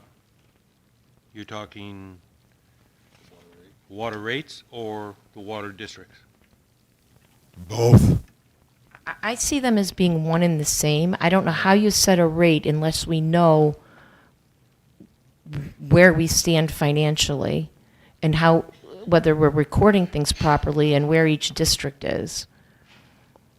Because you set a rate, an even rate for everybody, but which might be okay if you plan on then charging extra, some type of a surcharge, if those districts are overspending what the extra you're charging in water. Does that, right? Would older water lines take more maintenance than newer water lines? Not necessarily. So do it's like a car that's a 10-year-old car versus a brand new car. There tends to be a little more maintenance, and if not, then someone please tell me why we're overspent by $52,000 in District 4B. That question I can't answer, but as far as old versus new, it all depends on how it was put in, because District 4, our problem district, is basically from Wheeler Road, Martin Road to 31. Every time we dig it up, we find it sitting on top of bedrock or large, sharp stones. Believe it or not, those lines vibrate underground, and they work on them, and then they pop open. When plastic pops under that pressure, it'll send a crack 5, 10, 15 feet long. Okay, so fair enough to say that some water districts need more hand-holding than others. Yes. If they're, okay. Yes. So I guess my point is, how do you then charge the same rate with no additional in that district and another district that doesn't have those same expenses? That is not up to me. That would be up to the board. That will be up to the people that will finally figure out what the balance are in each district. But as far as water, it should be probably the same price. If each district needs to have their other charges increased, again, that would be up to you as the board to instruct. So I guess the other question before a workshop or at a workshop that needs to be addressed is there's an O&M, was that operations and maintenance charge that we add on to the cost of the water? outside of a couple of districts, they still have the bond that they pay for. But we take the cost of the water, and I'll use Medina since we've been doing their water. We buy it for $6. We sell it for some number higher, $8 and $8.40, $8.40, $8.60, something like that. Okay, that upcharge is an operations and maintenance charge. Where does that number come from? Where does that $2.40 or 60 cents come from? I believe it's like an industry standard. Don't we think we should, Scott, don't we think we should be looking at what our actual expenses are and determining what we need to cover? I think that is very much part of the problem why the water districts are all over the board as to who has money and who doesn't. Could it be that part of the problem was years ago, the water district, the Freeman Road is on where we were dumping 1.2 million gallons a year? That was going to have to get charged back to that district, correct? Except for that district has a lot of money. Well, I'm just saying that that's stuff that has to be done outside of my purview. But when you run a business, clearly the whole point is to cover your expenses. And if we don't know, if we're not taking, if our add-on is not covering our expenses, or maybe we're over covering our expenses, and so this is not so much for you as it is for the board in a workshop. There's a lot of questions around water, and I don't know how CPL can come up with a water rate when, unless they asked you, Scott, what are our O&M charges? They had that graph when he was here a couple months ago, and he had figured it out, and he had come up then with a rate of $5.60. Correct, and he's using an O&M charge based on what we were doing before. And what I'm saying is that O&M charge might have been calculated 15 years ago, but it might not be valid today. And what I'm asking is, has anybody checked that rate to determine whether we're covering our expenses or not? Or are we over covering? I don't know. When I came in here, there was a lot of issues we cleaned up. There was massive leaks. That one year we went through 65 million gallons where normally we do 35, 40. So we fixed a lot of issues. We have eliminated a lot of flushing. We've made great strides. So yes, I guess this would be a good time to reevaluate. Yeah, and I don't mean to insinuate that there hasn't been progress and stuff. What I'm saying though is, as far as picking a rate, we could be shooting ourselves in the foot and picking a rate. This was a rate that was given by the engineer, the one you want to bring in. He's the one that offered this out. Correct, and I guess I'd like to understand from him, it looks based on the spreadsheets that he gave us that he backed into the O&M charge based on what we were buying water for and what we were selling water for. That's how he got O&M. That's not the way to do it. So I'm concerned that the rate is valid. So I think we do need a workshop to discuss a lot of things with water, not just our books, but the rate that we're going to charge and whether it's going to be sufficient enough to cover our expenses. Now, for more information, the town of Barry, I talked to a gentleman over there, and they don't have an upcharge. They pay $6 like we do to the Village of Medina. They pay to the Village of Albion, and there's no upcharge. Everybody pays a flat rate of $25 a quarter, and that's throughout the whole town, even if they got a service charge to pay. So I think we ought to look into that also. The flat rate of $25 a quarter for everybody in the town. Everything's open, so, I'm tied up for the next 2 weeks, last week of July or first week of August. The 30th then. I got a question for you. Yes, sir. Where does that box that we were having redone for the truck, where's that stand? As soon as I can get down there and get it loaded up, I contacted the Village of Medina last week. Thought I could get the truck and trailer Monday, but it was unavailable. It was unavailable today. We are working on roads tomorrow ourselves, so I'm hoping Thursday I can get it picked up. It's all redone. needs to go to Attica for sandblasting and painting. Okay.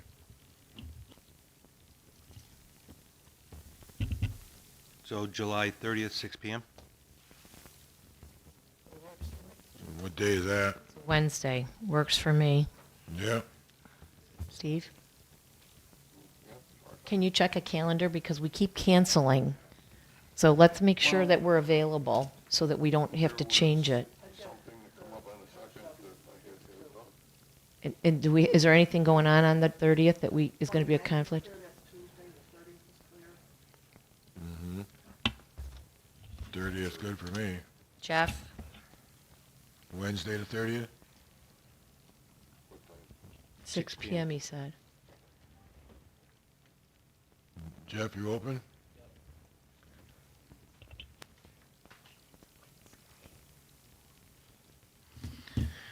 Okay, Mr. Seitz. Already talked to Dale. I'm set. Okay. Mr. Schiffer. Comments? Okay. Larry Waters.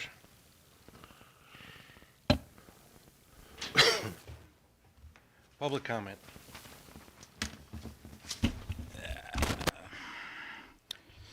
Not too many comments. I'm struggling here with trying to figure out how to help. Just out of note, the WIA grant opened up in the middle of last month. That's open through September 12th. If in fact we want to consider any sort of water infrastructure or anything related to that, perhaps that's important enough somebody would apply. Another area where we could be saving some money is, I mentioned it again, is Sourcewell. Sourcewell is an outlet where you can get just about anything you need. Printer paper, toiletries, trailers, trucks, tractors, you name it. I'm in the business. I've been doing this a long time. I worked for a New York State contract for probably 11 years, very familiar with that process, and that was converted to Sourcewell. And what I don't hear on all of these quotes on these things we're having done, are we looking for Sourcewell on these bids and invoices and so forth? Literally be saving tens of thousands of dollars. An example, a tractor that retails for $140,000, a town would get upwards of 50 to 60% off a list price for that tractor. And it could be any make, any model. It's an across-the-board savings. So that is something to look into. The town already has an account. I believe I gave you your account number 2 years ago when I mentioned it. I could get it for you again if you needed it. That's it. Thank you. Thank you. Charlene Pratt. I'm good for tonight, thank you. John Pratt.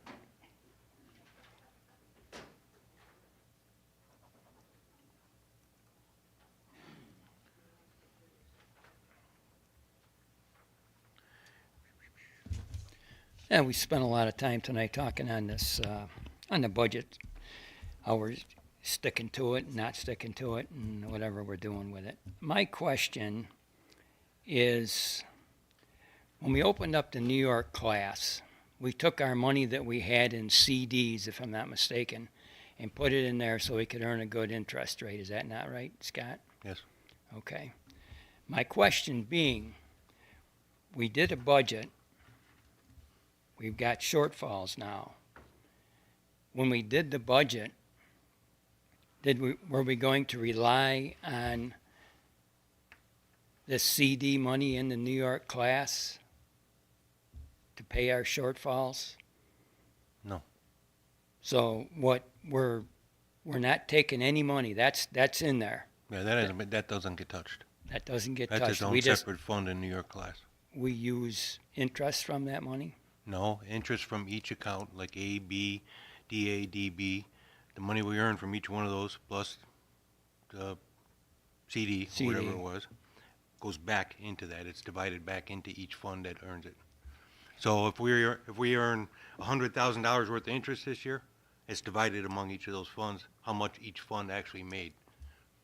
So if everything made 6%, it's divided by how much is in that fund for the days that it's in there. Okay. Does that make sense? Am I explaining that correctly? Right, I understand what But you're wait a saying. minute, but isn't what's in there the actual fund balance? Like, that's our excess. So if we're shortfall and you're going to go into fund balance to make up your shortfall in the budget, then the answer to your question is yes, we're going to go in and take the money out of New York class. Out of New York class, not out of that fund. New York class is, how many funds are in New York class, Cassie? There's 5, 6. There's one for each line number, A, B, D, Correct, A, but D, B, maybe I misunderstood your question, John. and then the CD, No, I'm just, and then payroll, That- no, whatever that there is, CD yeah. money was, That's in there, that hasn't been touched, that's still in there. I mean, it was accumulated, it was put in there, it's been there. When I was on the board, it should be there. Yeah. Case of a catastrophic problem we have. I'll print it out So, and send you guys the New York class report. yeah. And you could you have some of them reports next Mhm. meeting so we can see where we're at? Thank you.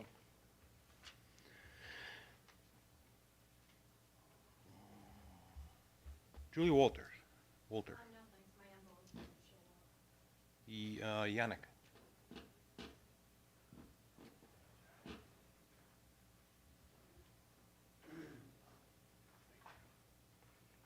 Hello, John Parada, Yannick. Kath, you weren't here last month. How are we on the thing you were checking in for me up on the Parkway? You got that report, you said you didn't agree with it? The water, The stormwater? yeah. You said you were looking into that because you didn't agree with the report that came back. You mean the report from county Yeah, soil? right, Okay, right, all right. right, yeah, I just call that an email, so that's why you confused me. I've still got to talk to the town about that, but we'll get that figured out. And then Dale, you made the remark last meeting that you went and talked to Ronnie Iorio. Well, I talked to Ronnie. He's my neighbor. He's not happy. You said in that meeting, oh, Ronnie's okay. He's not happy. He is so tired of going through this because he was told, I'll come and dig the ditch for you. That was last year, and you haven't done it. That's when you guys were up on the Parkway that day. You came and visited me. And no, he's not happy. So when you said that Ronnie was okay, he's not. He's just tired of getting the BS all the time, and he's not getting any help. None of us are up there.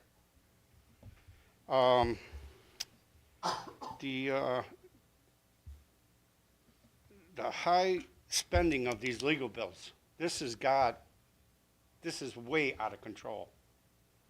Jeff, all you guys. You know, I'd like a breakdown of everything, of what they're all being spent on.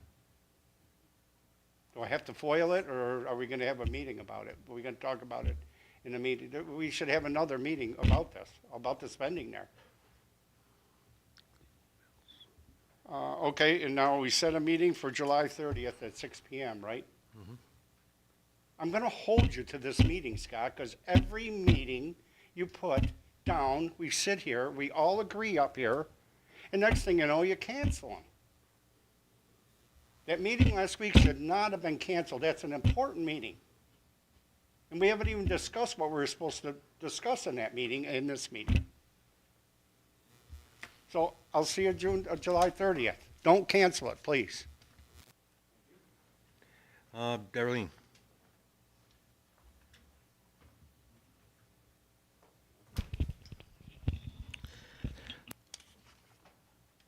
I just want everyone to know that CNHPC were called the day after last month's meeting, and they did come out and they agreed we do need a hardwire to my computer. So they did do a Ethernet or hardwire. I don't understand it. I'm not a savvy girl, but anyways, I do have it going, and so far it looks like it's going to be okay. I've heard it on my phone, so I think we're okay now. So just want everyone to know that hopefully everything's going to go good.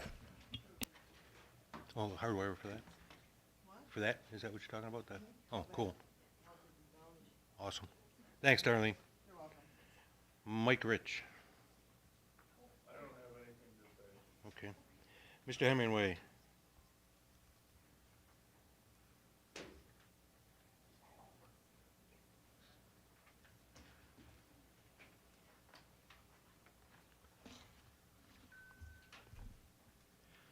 For the last several years, I've made it a point to ignore many of the mistruths and personal comments made by certain members of the board.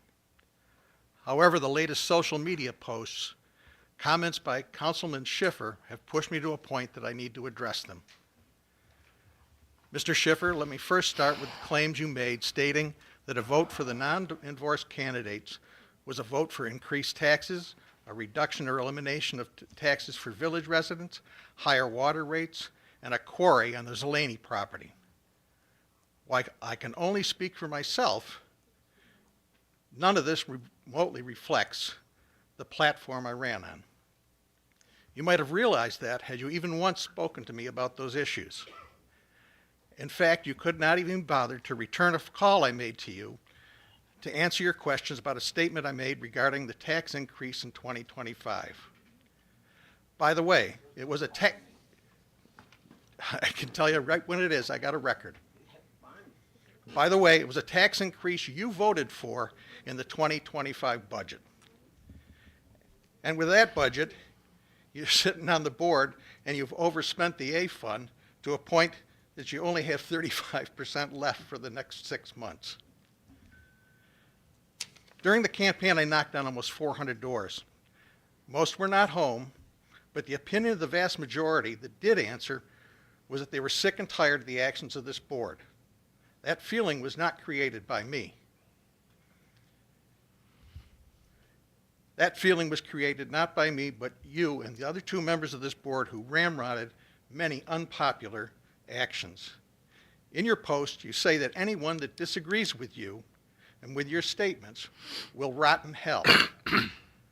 I guess that applies to the Shelby residents who voted for Ed, Larry, and me by an over 70% margin. One of the main reasons I ran is because I believe this community can do better. I'm not sure where you lived before you moved to Shelby, but obviously many of those who voted for us want a different direction for the Shelby they love. This is a small community. Maybe you think that I would not hear all the negative comments, most not suitable for public comment, you have made about me. I could care less. Of course, Larry Waters may feel differently about that post. However, you've repeatedly said that you would resign should I win.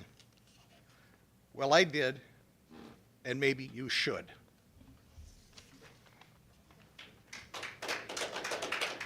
George Phillips. Hi, George. Brian Wozniak? Wiesinger.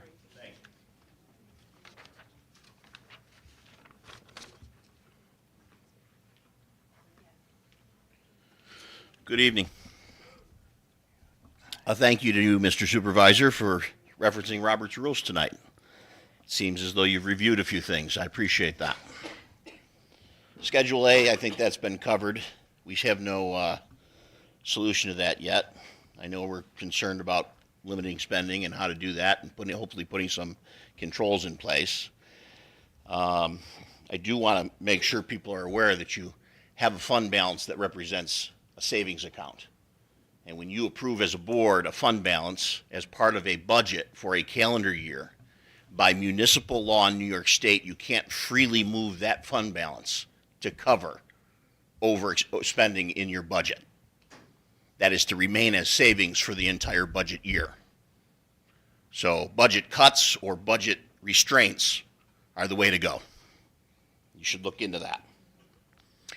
Highway Superintendent, I'm glad you're healthy. I'm glad you're alive. Apparently someone thought my comments were different than what I made last meeting and had to say something in the hub. I did not attack and talk about a moral compass or need for going for church. I'm here about this town. And no, I don't reside in the town yet. But when I'm looking at moving to the town, I want to know what's going on. I want to make sure it's a place I want to be. My point last month was if there's an accident, whether it's here, at home, wherever, and that person supervises other employees, are we following proper safety procedures? Are we limiting our liability? If we're not, that was the point of my comments. Matching revenues and expenses. It's a pillar of accounting. I think we've heard a little bit of that tonight, and I appreciate that. We need to do a way better job making sure that if something's spent in a line, it stays in that line. If something's earned in that line as revenues, it stays in that line. That's what matching principles are all about. Until you do that, you're dropping the fiduciary responsibility that you've been elected to withhold or uphold.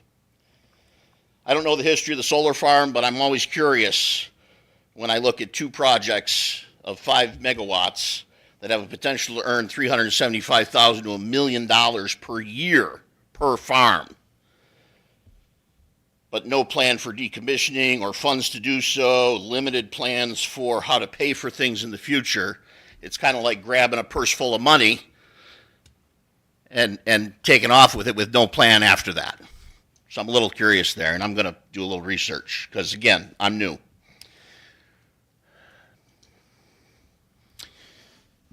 And I know you like to thank people for their opinion. You're welcome for my facts. Thanks for your opinion. Miss Katie. Oh. Okay. We did that. We did that. We did Darlene's.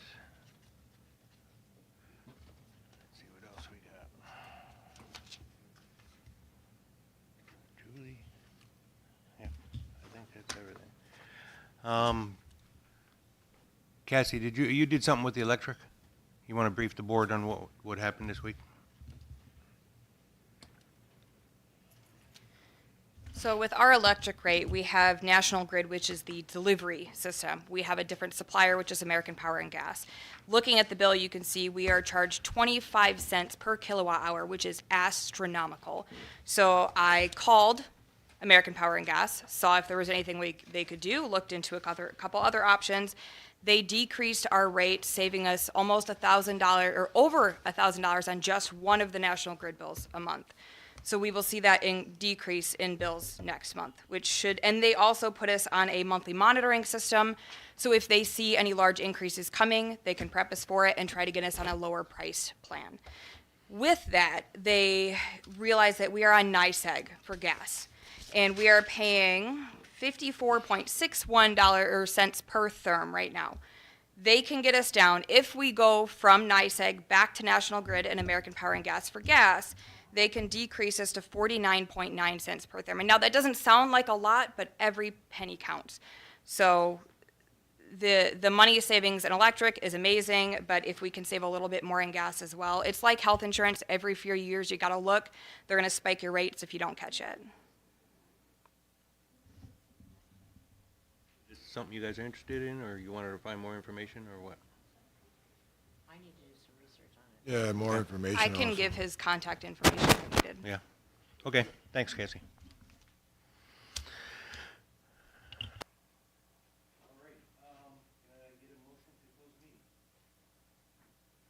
To the executive session.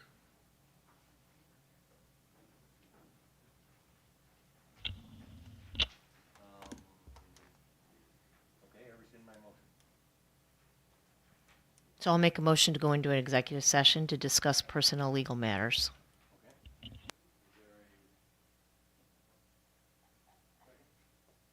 I'll second.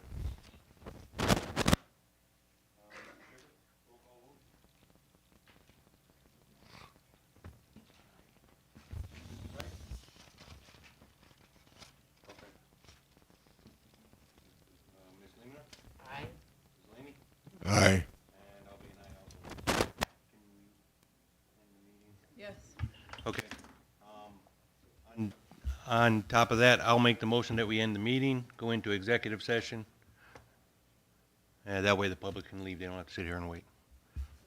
Is there a motion as stated? Is there a second?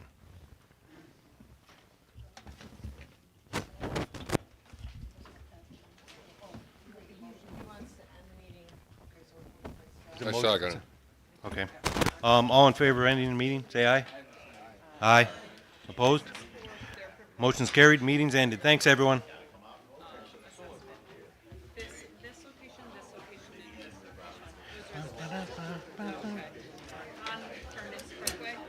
Where's that? Where is that? And they can provide screening here. Yeah.